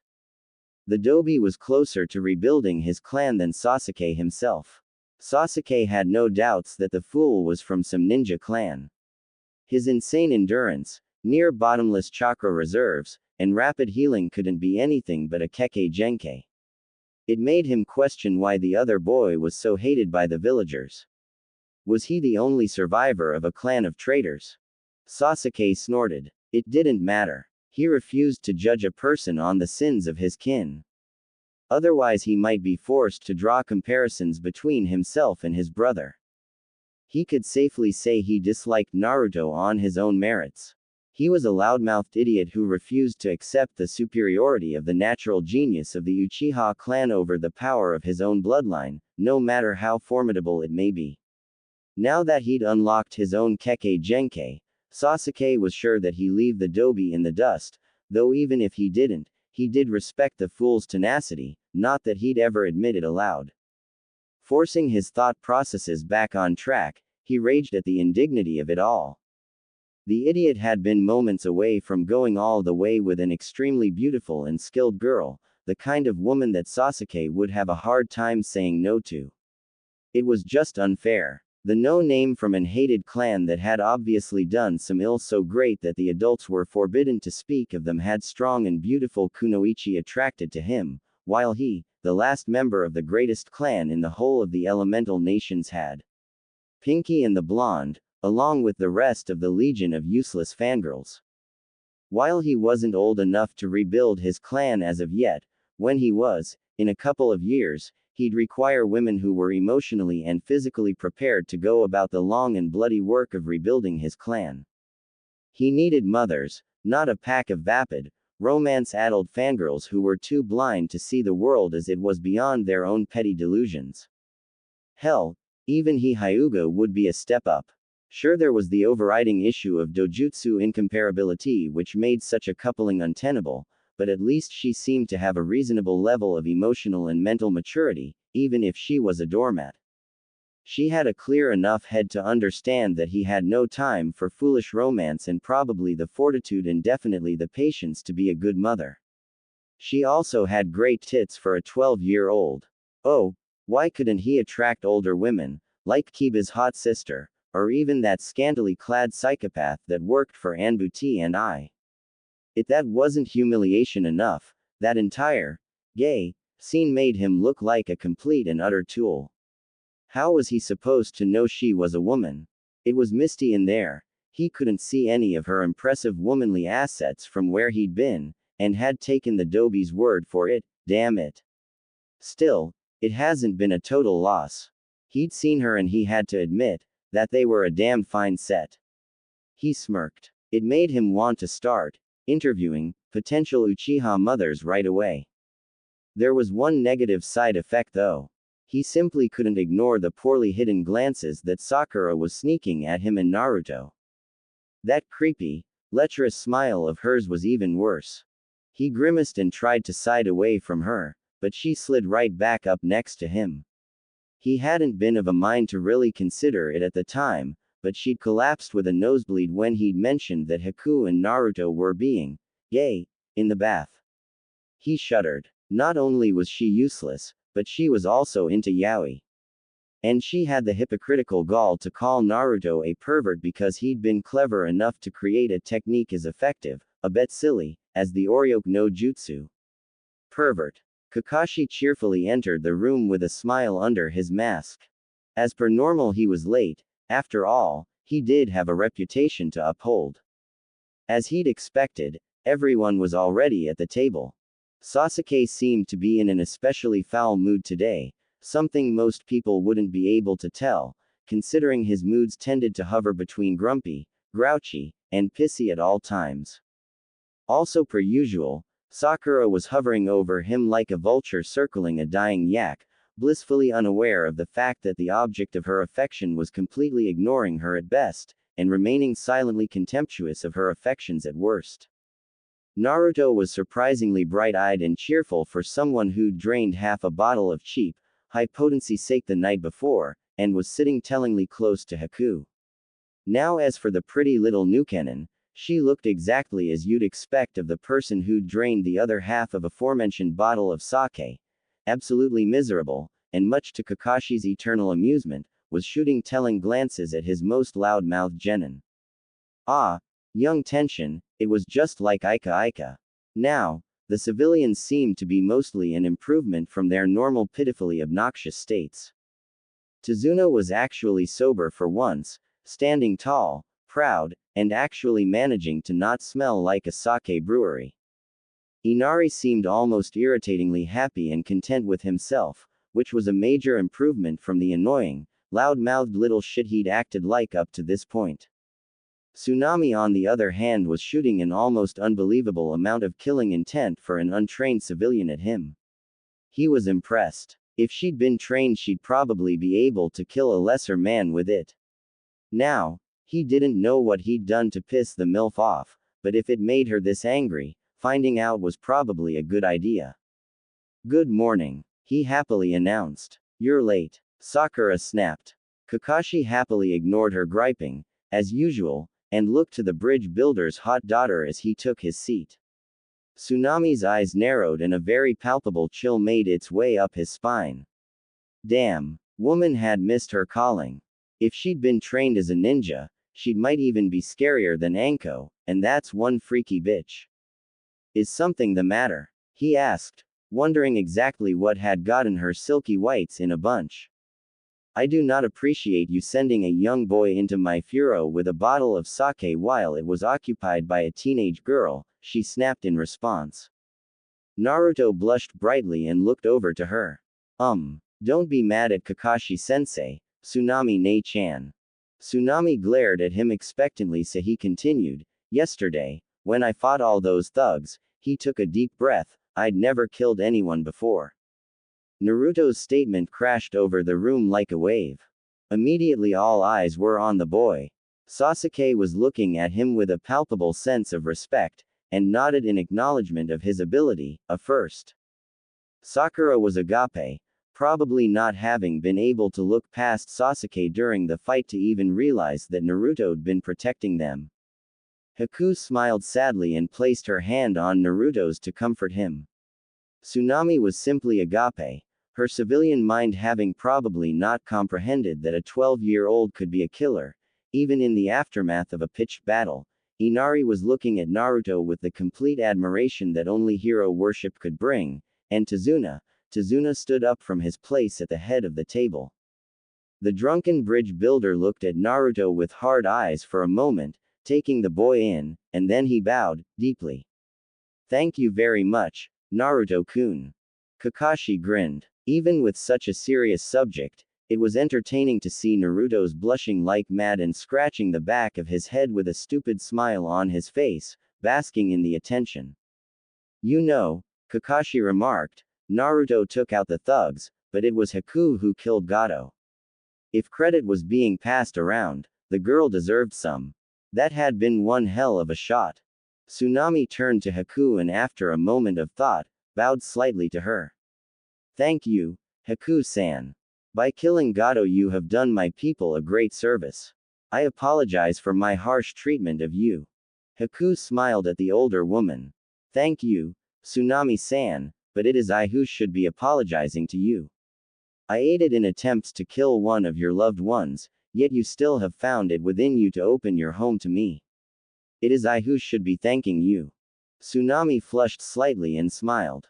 You are not what I expected, Haku-san. You expected someone colder and more bloodthirsty? Haku asked.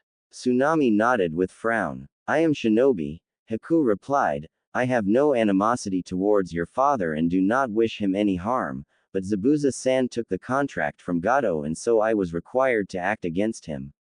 As cold as it may sound, I was not personal and I'd have much rather have left you to live your lives in peace.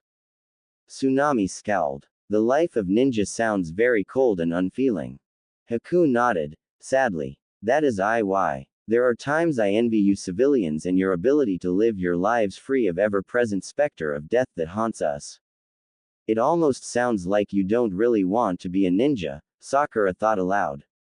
No, Haku said. It is not that I did not wish to become a ninja and more that I was never given a choice.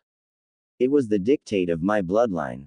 Sakura blinked. What do you mean? That, Haku replied, calmly but with a slight chill to her voice, as an intensely personal question that touches upon parts of my past that I'd rather not speak of.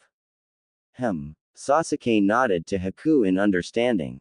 Kakashi rolled his eye at the breakfast table drama unfolding before him and helped himself to some rice, miso, and a bit of grilled fish. Once everything seemed back on track, he turned to Tazuna and absently asked, Our contract requires us to remain here until the bridge has been completed. I need to know how long it will be before it is finished. Tazuna sighed. 2 months. Oh man, Naruto whined. We're going to be stuck here forever. The old man scowled and shot the genin a dirty look. Listen, kid, we have to repair all of the equipment that Zabuza smashed, then I'm going to have to replace all of the workers that Gato ran off while I was out of the country. All of this takes time. So, unless you can pull an army out of your. The old man trailed off, then smiled from ear to ear, looking at the genin the way a bear might look at an especially plump deer. Say, kid, you ever consider working in construction? What? Naruto asked. I mean, with that clone thing you can do, I won't have to worry about finding new workers. Sure. Naruto replied. Anything to get out of here. Kakashi coughed, attracting both of their attentions. There are bylaws in the Konoha mission codes that cover ninja doing side jobs while on a mission. If he accepts, you will be required to pay the processing fee for an equivalent ranked mission and pay him like you would any other worker. I'd go into more detail, but it's all in the contract scroll you got when you hired us. Tazuna nodded. Alright, I'll read over it. Kakashi nodded. Fair enough. We also need to discuss how you're going to pay the difference between the C-ranked mission you hired us for and the A-ranked mission it turned out to be. Because of the desperate situation your people were in, I'm going to ask the Hokage to waive the punitive fines, but you're still going to have to pay the rest. Tazuna grimaced. Does it have to be all at once?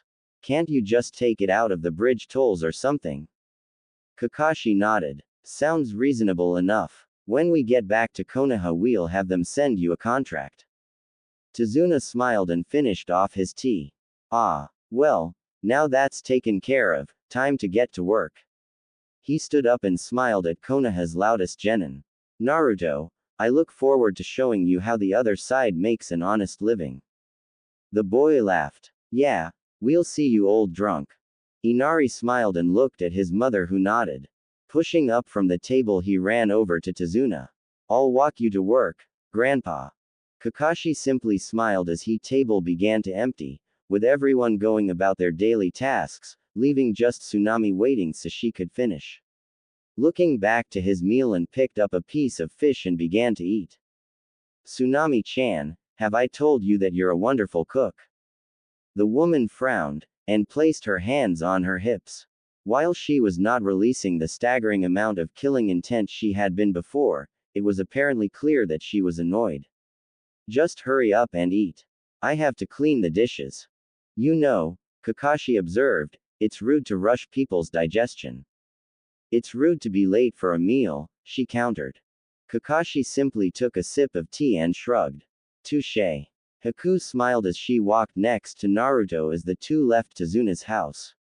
She didn't know where he was going, but it was pleasant to walk with her friend regardless.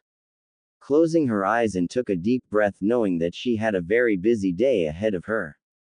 There were simply too many things that needed to get done, and with her physical injury combined with her chakra fatigue, she didn't feel in much of a condition to accomplish it. Still, she had to get it done regardless. Looking at the younger boy next to her, she pursed her lips thoughtfully.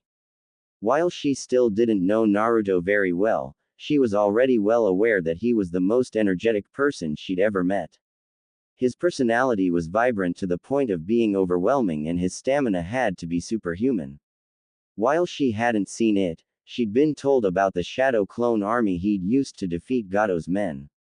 It was a little selfish, but just maybe she smiled. Naruto-kun? Haku asked. Yeah, Haku-chan. The orange-clad boy asked, looking up to her with a smile across his face. What do you need? Where are you headed? She asked. Naruto smiled. I'm going into the woods to train. How about you? Becoming stronger to protect your precious people? Haku asked, wistfully. Yeah, Naruto exclaimed. I'm going to get stronger so I can protect you and everyone else I care about. Then I'll become Hokage and be able to protect everyone, and they'll have no choice but to acknowledge me because I'll be somebody that everyone can look up to. Haku's smile grew as she took in Naruto's words. It was strange to her that she was already beginning to feel the same kind of selfless dedication for him that she'd felt for Zabuza-san, but she guessed it was due to his nature. Already he counted her among his most precious people and it warmed her heart. He was a pure spirit, heroic and kind. The type of person who made you feel stronger just for knowing him, and whose radiance could bring the best out in people. This did make her wonder though. Naruto had a passion for training that was beyond impressive, his spirit made him a natural leader of men, and his chakra reserves were beyond ludicrous. In most villages, a person like him would be considered a genius, a prodigy with the potential to become one of the most powerful ninja in the elemental countries. Why then was he so much like her? How could someone like him, someone with so much potential, understand pain of being forgotten and unwanted? Any sensei worth his salt should have been ecstatic to have a student like him, yet besides his frightening hidden power, he was woefully undertrained. During their battle she'd clearly seen the flaws in his style. The only ninjutsu she'd seen him use was the shadow clone technique, and his taijutsu was a mess. It was inefficient and flashy. That wasn't to say that he wasn't any good. Strip her of her tools, and Haku had little doubt that she'd be hard-pressed to keep up with him. Technically her style was superior, but he had superior strength and stamina, as well as the passion for taijutsu that she lacked. Haku utterly despised pure hand-to-hand combat. She'd rather use weapons or close-range ninjutsu than use taijutsu any day of the week. It was apparent to her that he was undertrained. Why though was the question she had to ask herself. From what she'd seen so far, Naruto's training was a joke, but she failed to get the punchline. She suppressed a snort. She was reminded of something Zabuza-san had once said to her in passing. When you have a problem, you solve it. Now, when he'd said that he'd been speaking in reference to an especially tenacious hunter nin, and his method of solving the problem had been to split the man from groin to scalp, but still, the point did stand. She had a problem and she was going to solve it. There are several things I must handle in the village, Naruto-kun, she said. I was going to ask if you'd accompany me, but I have no wish to disturb your training. I will be in town most of the day. Naruto's eyes widened and he began to make warding gestures with his hands. It's okay, I can just train later. Haku smiled, though not with complete honesty. She felt a bit guilty about manipulating the boy. Naruto was lonely and he held on to moments of companionship like a drowning man gulps for air. Her only comfort was that by doing so she'd be furthering both their interests. But Naruto-kun, if you skip your training then how will you become strong enough to protect me? She asked him, playfully. Naruto blushed and scratched the back of his head, a bit embarrassed but emboldened by the closeness implied in the remark. Well, he trailed off, seemingly unsure of what to say. Haku parsed her lips and rubbed her chin, making a show of thinking before smiling once again, this time more honestly. I've got it, she said. Naruto grinned. So you gonna teach me a cool new jutsu or something? Actually, Haku replied, yes. Naruto's eyes went wide as saucers and his jaw dropped. He actually looked something like a fish. He was utterly speechless. The look in his eyes was telling though. Before, the offer of a day's companionship was like a breath to a drowning man, but this was something that went above any beyond even that. I seemed like he was having trouble understanding that someone would actually say, yes, to that question. There was total love and admiration in those eyes, and it angered her. Was he so neglected in his training that the simple offer of a new jutsu was something that meant so much to him? Regaining his wits, Naruto started to run and bounce around her like a hyperactive child, which in some ways he still was. She fought back a laugh. He must have been a terror as a student. She paused for a moment and looked at the boy sadly. Her eyes had an immediate effect on Naruto. His energy stilled itself and he frowned slightly. Are you alright, Haku? She fought down what she really wanted to ask and instead decided that she needed to keep to business. Naruto-kun, what element are you attuned to? Naruto blinked, obviously confused. Elemental what?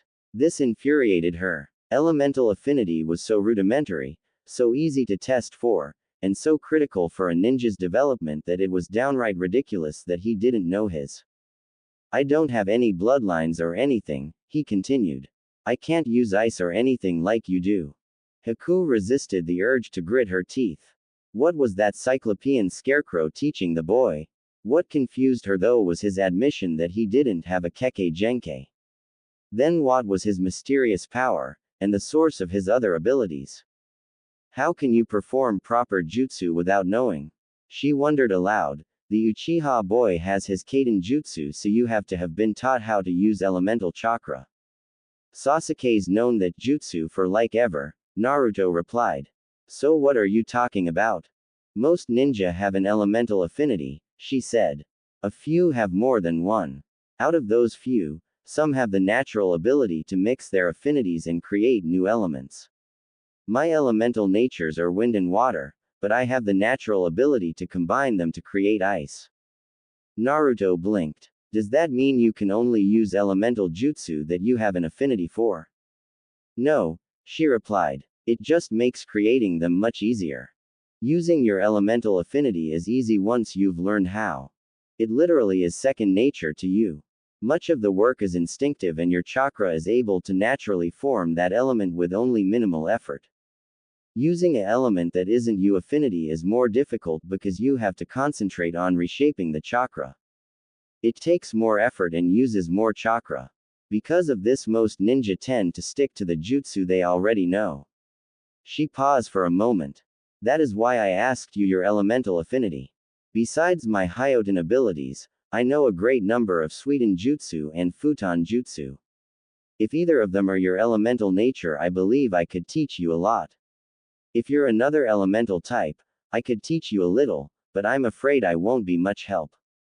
Naruto's face fell. Does that mean you're not going to teach me an awesome new jutsu? Haku smiled warmly. No, I can still teach you a jutsu, it just won't be as impressive. Naruto's eyes lit back up. Great. So what are you going to teach me? Naruto, Haku asked. If I may ask, what has your sensei been teaching you? Well, he taught us how to stick to trees, Naruto said. She frowned deeply. I was taught that when I was 7. Whoa, seriously? Naruto asked wide-eyed. You must be really strong. No, just properly taught. Has he even started teaching you water walking? No, Naruto admitted. How long has he been your sensei? Naruto sighed. A few months. And all he's taught you is tree climbing? She asked, almost not believing her ears. Of all the lazy useless, it made her want to scream. She frowned and shook her head, speaking as much to herself as to him. You'll never become Kage at this rate. I know, and it sucks. Naruto exclaimed. He glared at her. The look of betrayal in his eyes was painful to behold. I thought you're different, but now you're telling me I'm Adobe too. No, she said, putting her hand on the shorter ninja shoulder. You're not Adobe. I think you have the potential to be the strongest ninja in the world. Really? He asked, the anger and frustration in his voice vanishing instantly as if it had been cast to the wind. Haku smiled. Yes, I do. You just need to be properly taught. He looked hopefully at Haku. So does that mean you're offering to teach me? Yes. Yes, I am, Naruto-kun. I'll teach you whatever I can. Naruto's smile is infectious. Awesome. So we're going to start with that jutsu, right? She nodded. His smile grew even more. The look on his face only cemented her intention. She'd never seen anyone as happy as Naruto seemed to be right now. It reminded her of the drunken oaths they'd sworn to each other. She promised to help him achieve his dream, and he swore to protect her as one of his precious people. He was strong, and she believed in him. I warn you now though that you have a great deal to learn. Your fighting style is very sloppy. Naruto frowned and looked at his feet. Unlike before, he wasn't taking offense to her observations, rather he was listening to them, and while he didn't seem to like it, he was paying attention to them. Well, yeah, he admitted, a little reluctantly. I had to teach myself. That surprised her. A self-taught ninja from one of the 5 main ninja villages. I thought Konoha had a ninja academy. It does, but few of the instructors had the time for me, Naruto said, scowling. I tried to learn the forms everybody else did, but when I needed help, nobody really gave me any. Except Iruka-sensei, but well, Naruto sighed. He tried his best, but he still had a whole class and all. Haku grimaced. It was worse than she thought. Were all of your instructors like that? Naruto nodded sadly. Pretty much. Mizuki-sensei gave me some time, but considering he tried to kill me, I don't think that counts. Haku blinked. Then she blinked again. What the? You're telling me one of your teachers tried to kill you? Yeah, Naruto admitted. I failed the Genin exam 3 times. They always asked us to do Bunshin no Jutsu, but that's my worst technique. After I failed, he told me there was another secret test. Haku grimaced. She didn't like where this was going. He told me that all I had to do was steal the forbidden scroll of sealing from the Hokage Tower and learn a jutsu from it, so I did. He grinned. I even knocked out the old man with my awesome original jutsu. Huh. Haku blinked. Did she just hear him right? Did a genin have a jutsu so powerful that he could bring down a cage? Show me this jutsu, she demanded. Naruto grinned. Oroku no jutsu. In a burst of smoke, Naruto was replaced with a beautiful girl with long silky hair, generous curves, and not a stitch of clothing. In fact, the only thing protecting her modesty at all was a few whiffs of smoke that actually seemed to be more strategically placed to draw attention to her assets than to hide them from view. Haku felt her eyebrow twitch slightly. So, the Hokage was a pervert and Naruto defeated him by flashing him. If she ever needed something with which to blackmail a cage, this was it. What a tasteless technique. Naruto giggled like the kind of shallow, air-headed civilian girl who liked to stalk her when she dressed as a boy and blew her A. It made her skin crawl. Tasteless, but effective. With a poof of smoke, Naruto changed back and grinned. Pretty cool, huh? Haku frowned. Part of her wanted to smack him up the back of the head for coming up with such a perverse jutsu, but she had a feeling that this was one of those cases where if it was stupid and it worked, it wasn't stupid. Just never expect her to use it in the field. The idea of flashing her enemies into submission simply didn't appeal to her. Please, continue the story, she said, not wanting to discuss the technique anymore. Naruto nodded. Okay. So I got the scroll and started to study it. A few hours later, Iruka-sensei showed up and asked me what I was doing. I told him. Then Mizuki-sensei showed up and Naruto trailed off. He bit his lip and looked uncomfortable for a moment. He continued, but by the tone of his voice, she had a feeling he was leaving something out. Mizuki-sensei tried to kill us. Iruka-sensei got hurt protecting me, so I used the technique I learned from the scroll, Taiju Kage Bunshin no Jutsu, and kicked Mizuki-sensei's butt. He smiled. After that, Iruka-sensei told me to close my eyes, and when I opened them I was a genin. Haku blinked. Hold on, you're telling me you learned the Kinjutsu version of a Jonin-level jutsu in only a couple of hours? Yeah, pretty cool, right, and they call you Adobe. He nodded. Idiots. Naruto beamed. Thanks, Haku. She frowned and looked over at the boy. Naruto, what did this Mizuki teach? Taijutsu mostly. Why? She grimaced. No wonder. Naruto looked at her in confusion. No wonder what? She crossed her arms and scowled. Please, do not take this the wrong way, but your taijutsu is sloppy. Naruto grimaced for a moment, opened his mouth to retaliate, but after a moment snapped it shut and looked at Haku in annoyance before asking, what do you mean? I thought I was pretty good. Mizuki-sensei always complimented me on my skills. The same Mizuki-sensei who tried to kill you. Naruto blushed. Well, when you say it like that, I see your point. She nodded with a grim look on her face. I believe he sabotaged your efforts by intentionally teaching you the wrong way to do things. Naruto blinked. But that's where I got all my best grades, and Mizuki-sensei wasn't the one testing us in taijutsu. Haku nodded. I believe that is due to your own natural aptitude. I have seen you fight, and you are strong and fast, with impressive stamina and an unpredictable fighting style. Your own innate ability makes you a dangerous opponent. The problem is that your fundamentals are deeply flawed, and this lowers your effectiveness greatly. As much as it pains me to say this, I'm going to have to teach you the basics of taijutsu. Naruto blinked. Why does it pain you to say that? I thought you wanted to teach me. Oh, I do, she replied, it's just that I dislike taijutsu. I am not incompetent, I just have little natural talent for it. I'm a ninjutsu specialist. Oh, he blinked. So what jutsu are you going to teach me? She paused for a moment of thought then nodded. If he needed the basics, she'd start with the basics. I will teach you a basic technique taught to all Kiri-nin. It is technically a sweetened technique, but it is simple enough that it can be done without using elemental nature. You've seen this technique before. It is the technique that Zabuza-san used against your sensei, the Kurigakure no Jutsu. Awesome. Naruto grinned. If it can work against Kakashi-sensei's Sharingan, then it'll sure work against that bastard Sasuke's. Unfortunately, I am unable to demonstrate it for you. Haku blushed. I'm still out of chakra. Naruto shrugged. It's alright. I've already seen it done. Good. I just didn't want you to be disappointed. I will show you the hand signs and tell you what to do. Alright. Naruto grinned. Yeah. Haku took a deep breath and began. She stood up straight and, leaving her index and middle fingers extended up on both hands, with the right hand held with her fingers level with her chin while the left is held into the air.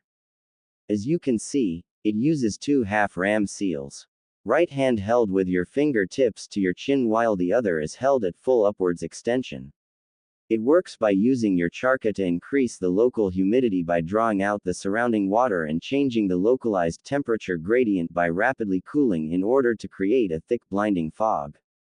Do you understand? Naruto paused for a moment and nodded. So I do those hand size, draw out some water and cool down the air to make it fog up. She nodded. Yes. Alright. This'll be easy, Dadbeo. With a manic grin on his face Naruto formed the hand signs. Kurigakure no Jutsu. Haku blinked in surprise as the entire world went completely white. She'd seen some pretty thick mists created before. It had been Zabuza's favorite technique and her dual elemental nature strengthened both the water gathering and atmospheric cooling aspects of the jutsu, but this was just ridiculous. She could barely see her hands in front of her face. Naruto. She called out, stepping forward in the direction that he'd been in. Are you still there? Yeah, Haku-chan, he replied. I think I used too much chakra. Naruto, are you still maintaining the technique? Yeah, I think so. Haku sighed and shook her head. Stop. It should dissipate momentarily. Oh, Naruto replied. Okay. She sighed and crossed her arms, waiting for it to fade. Naruto, we really need to work on your control. I guess so. It's probably why you can't do a simple clone. Bunshin no Jutsu requires a decent amount of chakra control. If you're all power and no control, you're going to overload the technique. She paused. When the mist fades, I want you to use the technique. Oh, man, Naruto whined. I suck at that technique. Haku raised an eyebrow. Shouldn't that be reason enough for you to improve it? But I already know how to make shadow clones. Naruto said, why do I need stupid, regular clones? Haku shrugged. Regular clones are insubstantial. Being hit won't destroy them. Yeah, but they can't actually do anything. They'd draw attention off of your real clones. If you had a few regular clones for every shadow clone, the enemy wouldn't know what to aim for, so your shadow clones would last long. Besides, if seeing hundreds of you is intimidating, what would thousands be like? Wow, you're right. I never thought of it that way. I still hate that technique though. Haku smiled. She had a feeling she could motivate him. Let's make a deal. If your control improves to the point that you can create a single perfect clone, I'll teach you a cool new jutsu, one that is very useful but requires a great deal of control to use. Oh, what jutsu? Haku smiled. Hook. Line. Shunshin no jutsu. Cool. Naruto exclaimed. I'll master it in no time, Dadbeo. Haku grinned like a Hoshigaki. Sinker. So, Haku. Yes, Naruto. Do you have, any tips for me? She sighed. Just try and make as many clones as possible using as little chakra as you can and work your way down from there. Oh, he paused. Haku. Yes, Naruto. Shouldn't the mist have cleared up by now? She frowned. Yes, it should have. It normally cleared up in just a couple of minutes if that, and even now she was barely able to make him out through the fog, which was pretty incredible considering he was less than 10 feet away from her. Exactly how much charca did you use? I don't know. I just put in as much as I could. Haku opened her mouth to reply but was cut off from a cry from the distance.